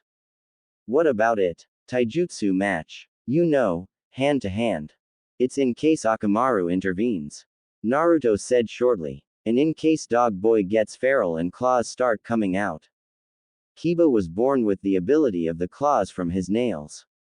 Tools. Naruto retorted. Excuse me. Iruka was confused. They're all tools which assist him, just like how a clan would have bloodlines and techniques like the Sharingan, the Byakugan, or Shino with his insects. They're all tools which assist them, as are my weapons. Naruto explained. As if I need Akamaru or my claws to beat the likes of you. The Inuzuka called. Iruka was shocked. Naruto had defended himself eloquently, and since when did he have the moxie to teach? Iruka decided to just give. He'd been doing a lot of that lately. Naruto, seeing Kiba finally settle into his pouncing stance, went into his own. He stood sideways to Kiba, positioning his left foot facing forward towards him with his right foot behind him, pointing to the right. Most of his weight seemed to rest on the left leg. Also, he stood mostly on his toes and his outstep while his arms were loose, hanging a bit limp. The students were all thinking that it was not the academy's stance. Some said it looked weak, some said Naruto made it up, and still others laughed. Honestly, Mizuki was a bit more fascinated in the stance than most, but was far more interested in the coming beatdown. He stepped forward and started the match by swiping down his hand. Hajime. Kiba, deciding to end the match quickly, sprinted at his opponent, thoroughly intending to knock Naruto out with only one punch. That'd teach him not to overstep his place. Naruto angled his head to the side and caught the offensive arm and pulled on it, adding his opponent's running momentum and pulled Kiba past him. While he passed him, he stuck his foot in the way, tripping him. Kiba face planted instantly, and all the students laughed at him. He jumped back up onto his feet, seething. He had been careless. Naruto was stoic, and that only served to piss him off more. He threw punch after punch at him, kick after kick, each being countered and him being thoroughly embarrassed with each passing one, as well as growing tired. Akamaru barked concernedly from the sidelines. Finally, he decided to kick Naruto, below the belt, aiming for his groin. Naruto, seeing that he wasn't going to give up, decided to go on the offensive. He sidestepped the kick and delivered his own kick to the back of Kiba's leg behind his knee, point driving upwards. Gasping in pain, he abandoned the failed kick, holding his leg. Naruto didn't give him a chance to recuperate, kicked away Kiba's pained leg, delivered 2 quick punches to his side and 1 to his gut. Kiba tried to yell in pain, but all his air was pushed out of him. With his head about to hang down, Naruto dropped into a crouch and delivered a powerful haymaker to his chin that made his head snap backwards in a hurry, lifting him up off of his feet and making him landing on his back. Suffice to say, Kiba got knocked out. Naruto, now done, looked around at the crowd of students, as if daring someone to say something he didn't like. They were completely speechless with mouths agape. The dead last of the class just beaten the second best of the class in taijutsu and made it look easy. Iruka was the first to regain the power of speech, but his words were still barely coherent. KKK Kiba lo lost to NNN na Naruto. Naruto walked up to Shikamaru and retrieved his tanto from the unmoving boy and strapped it back in its rightful place. Thanks Shikamaru, Naruto stated. Shikamaru blinked. This is beyond troublesome. Damn Naruto, where did that come from? Is it really that surprising? I mean, all I did was spar with him. He was going to kick me in my groin, so I countered it. That's all. Naruto defended, getting increasingly incensed. You know how painful kicks down there are. Have you ever gotten kicked there? That was unexpected, Shikamaru began. So what? Am I supposed to just grovel in front of people who are better than me? He's supposed to beat me in a match because I'm a dead last. He retorted angrily. I have at least twice as much potential as everyone else. He added in his mind. So true. That was a hard hit though. We still actually need the brat to take the exams tomorrow. Shikamaru silently stared at the boy in front of him. The boy's eyes seemed to slightly glaze over whenever he thought to himself, as it were the case now. It was almost as if he were talking to someone. Naruto is such an enigma. Naruto sighed as he re-grounded himself in reality.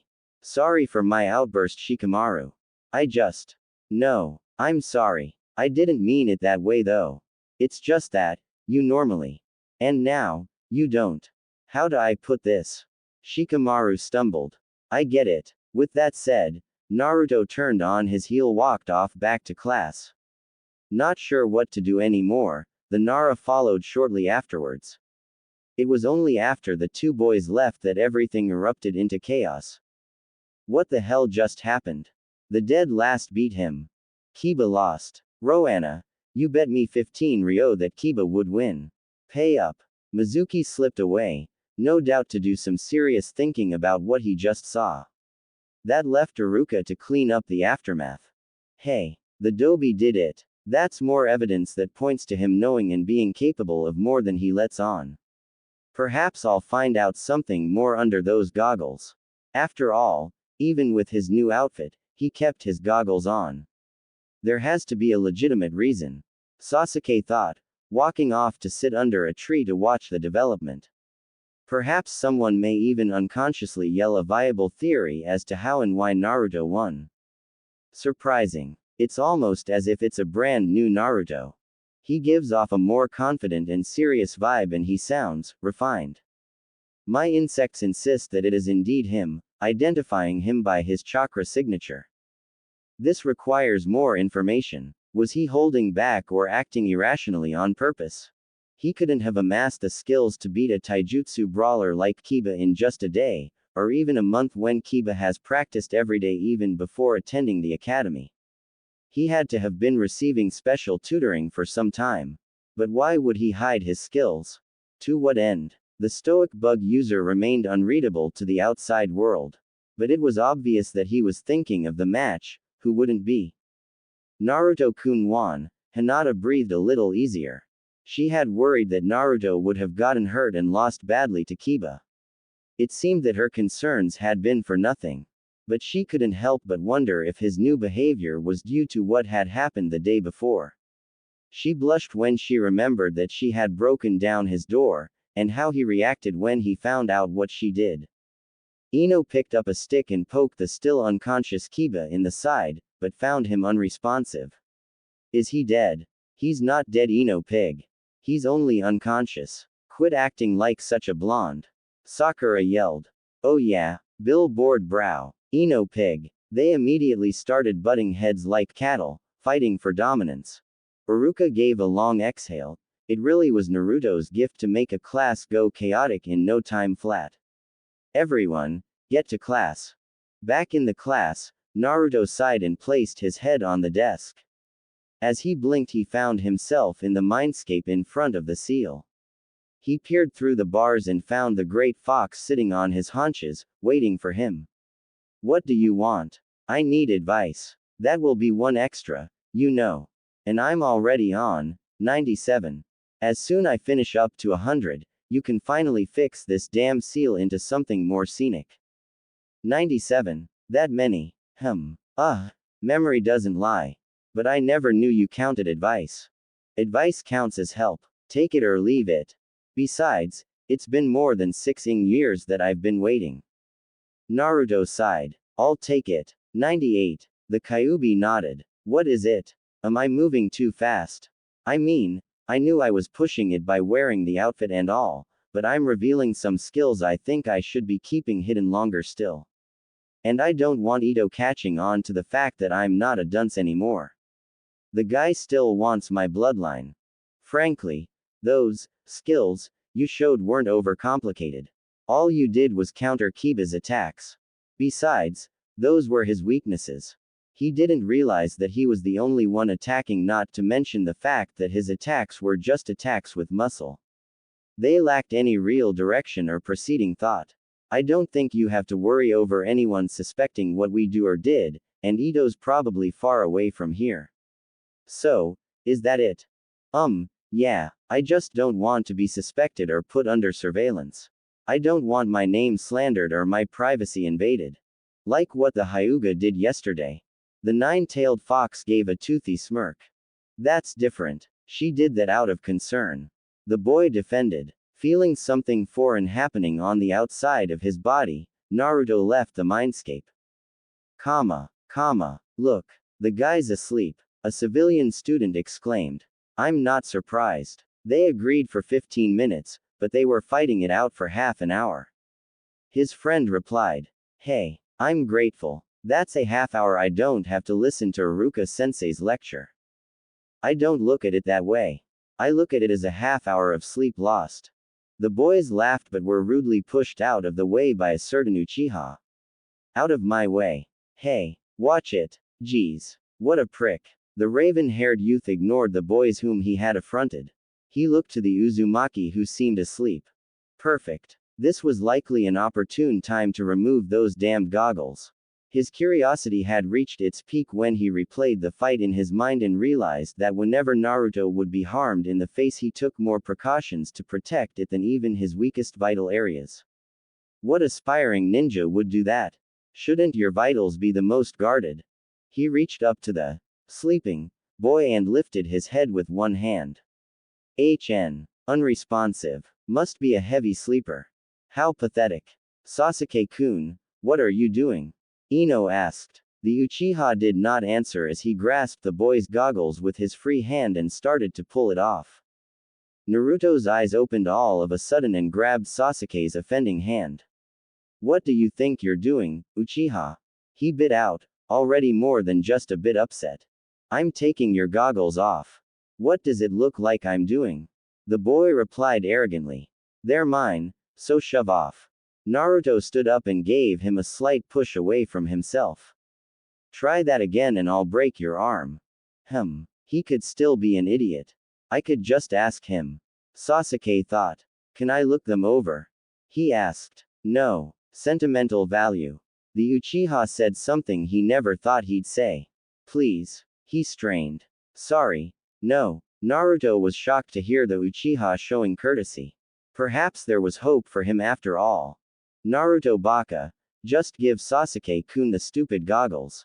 Sakura yelled at the blonde-haired boy and attempted to punch him in the head. He perceived the attack and in the time it took to connect, he debated on whether or not to let her him. After hesitating, he allowed her to, and it struck in the same spot where she always battered him in the past. Regardless, he didn't flinch, and his head didn't budge. She was surprised at the circumstance that he didn't cry out or keel like he usually did, and only stared at her with a countenance of mixed emotions, that being disappointment, anger and, strangely, relief. It hurts, you know, he said quietly. But you don't know anything about me other than my name, but you're always hitting me. I liked you, Sakura. Liked, he repeated, adding emphasis to his usage of past tense, and even if you're not sorry, I am. We were shallow, and both fools. His strange expression soon twisted into a glare, and Sakura, who was still trying to process his message, winced and backed away when she saw it. I'm not anymore, and I hope you change too. Until then, never touch me again. Still not fully able to sort out what he meant, she still managed to understand the threat and retreated from him quickly. Things were quiet for the rest of the day. Quiet and inexplicable. == What should we work on, Kyuubi? The exam's tomorrow. The best thing would be to study. I have that in the bag. All I have to do is to answer a few questions. I even read over everything from Hinata's notes. She's really nice. She stutters a lot around me though, but not as much around everyone else. I wonder why that is. The nine-tailed fox took a deep breath as he tried to get over the fact that his container was still far too oblivious to some things for his own good. It's just the first day. But if every day is gonna be like this, I'm going to regret not telling him today. I don't have a clue, he answered. So studying is out. Taijutsu is doing alright. That leaves Bukijutsu and Ninjutsu. My Bukijutsu needs work. I'll work on that. I'm not sure if I can throw a kunai properly, even though I remember. 99. What? No, it's not. You asked me for what I thought. Which is my opinion, which is guidance, which is advice, which is help. Therefore, it's now at 99. Naruto growled in frustration. Fine. I didn't know I was that helpless. He grabbed up his shuriken and kunai holsters before looking over the abandoned training ground he was in. Spying a training post, he approached it and set it upright and checked it. Seems to be in good condition, he muttered to himself. He backpedaled away what he guessed was 30 yards away from it and towed a line in the dirt. I've never made it accurately from this distance. I usually miss by a couple of inches at least, and that was before you put the seal on me, he remarked out loud to the Kyuubi as much as did to himself. Just try it. Every time you miss, you have to cut yourself. What? Cut yourself? The Kyuubi said slowly, almost as if it were a threat. I would try my utmost best so as to avoid maiming myself. Interesting, Naruto said in mock appreciation. No. Do it or I'll give you horrible nightmares. Naruto scoffed. Like what? Make you dream of kissing the Sandaime Hokage, for starters. Or make you relive the Anbu feeding you vegetables.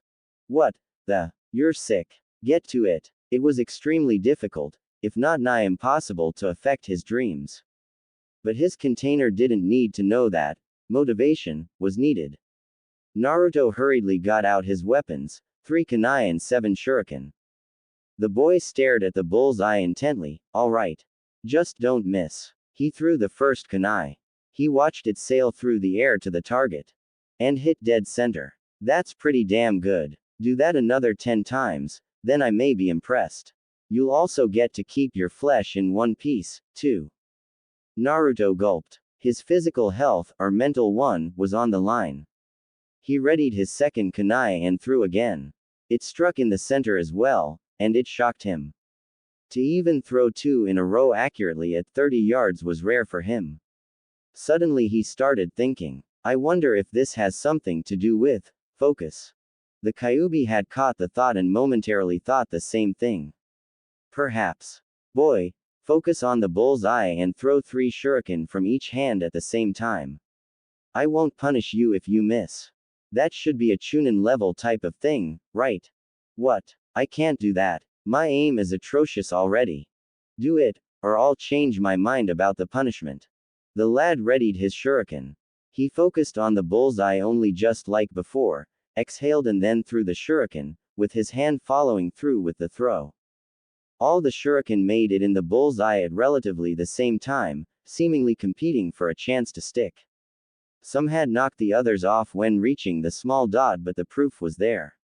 All the shuriken had made it to the tiny bull's eye. Do it again at 50 yards. The boy retrieved all of his weapons at the bull's eye and repeated his success at 50 yards. Then 100. The yard number continued to grow until his aim missed, dropping below the bull's eye due to lack of arm strength. There was no mistake. With focus, his mental acuity as well as his aim had improved 1,000-fold overnight. He couldn't miss, unless he lacked the strength to throw. Focus. Mediocre. Yeah, right. He couldn't believe that he'd been disappointed before when he'd first gotten this aspect to his Kekai Genkai. Yada. I'm gonna rip shit up tomorrow. Watch out, Shinobi World. Badass Ninja number 1 is coming. The boy jumped up and down with a shit-eating grin on his face. Now for ninjutsu. Let's see. Henge, Kawarimi and Bunshin, shit. The boy's happy demeanor dropped. Oh no. What is it? The Kyuubi was starting to wonder if the boy was bipolar, given how quickly he changed his mood. Bunshin. What about it? Speak, boy. I don't have the chakra control for it. The Kyuubi now understood. Chakra control for the clone is impossible for you. You will never have the control to even make 10, let alone 3. I suppose that I'm to blame for that. The boy's control wasn't horrible per se. His control at the moment was excellent for an aspiring genin. He had seen Chunin at their barracks walking up trees and walking on water with just chakra and had practiced it for 18 months now. But in order to even have enough control over his Biju enhanced reserves, he would need at least 4 times the control he had now. He didn't know any more chakra control exercises at the moment, and neither did the 9 tails. In other words, unless he could get a next to impossible amount of control within the next 18 hours, he was screwed. The Bunshin is practically an image. Almost like a genjutsu. That's impossible for me.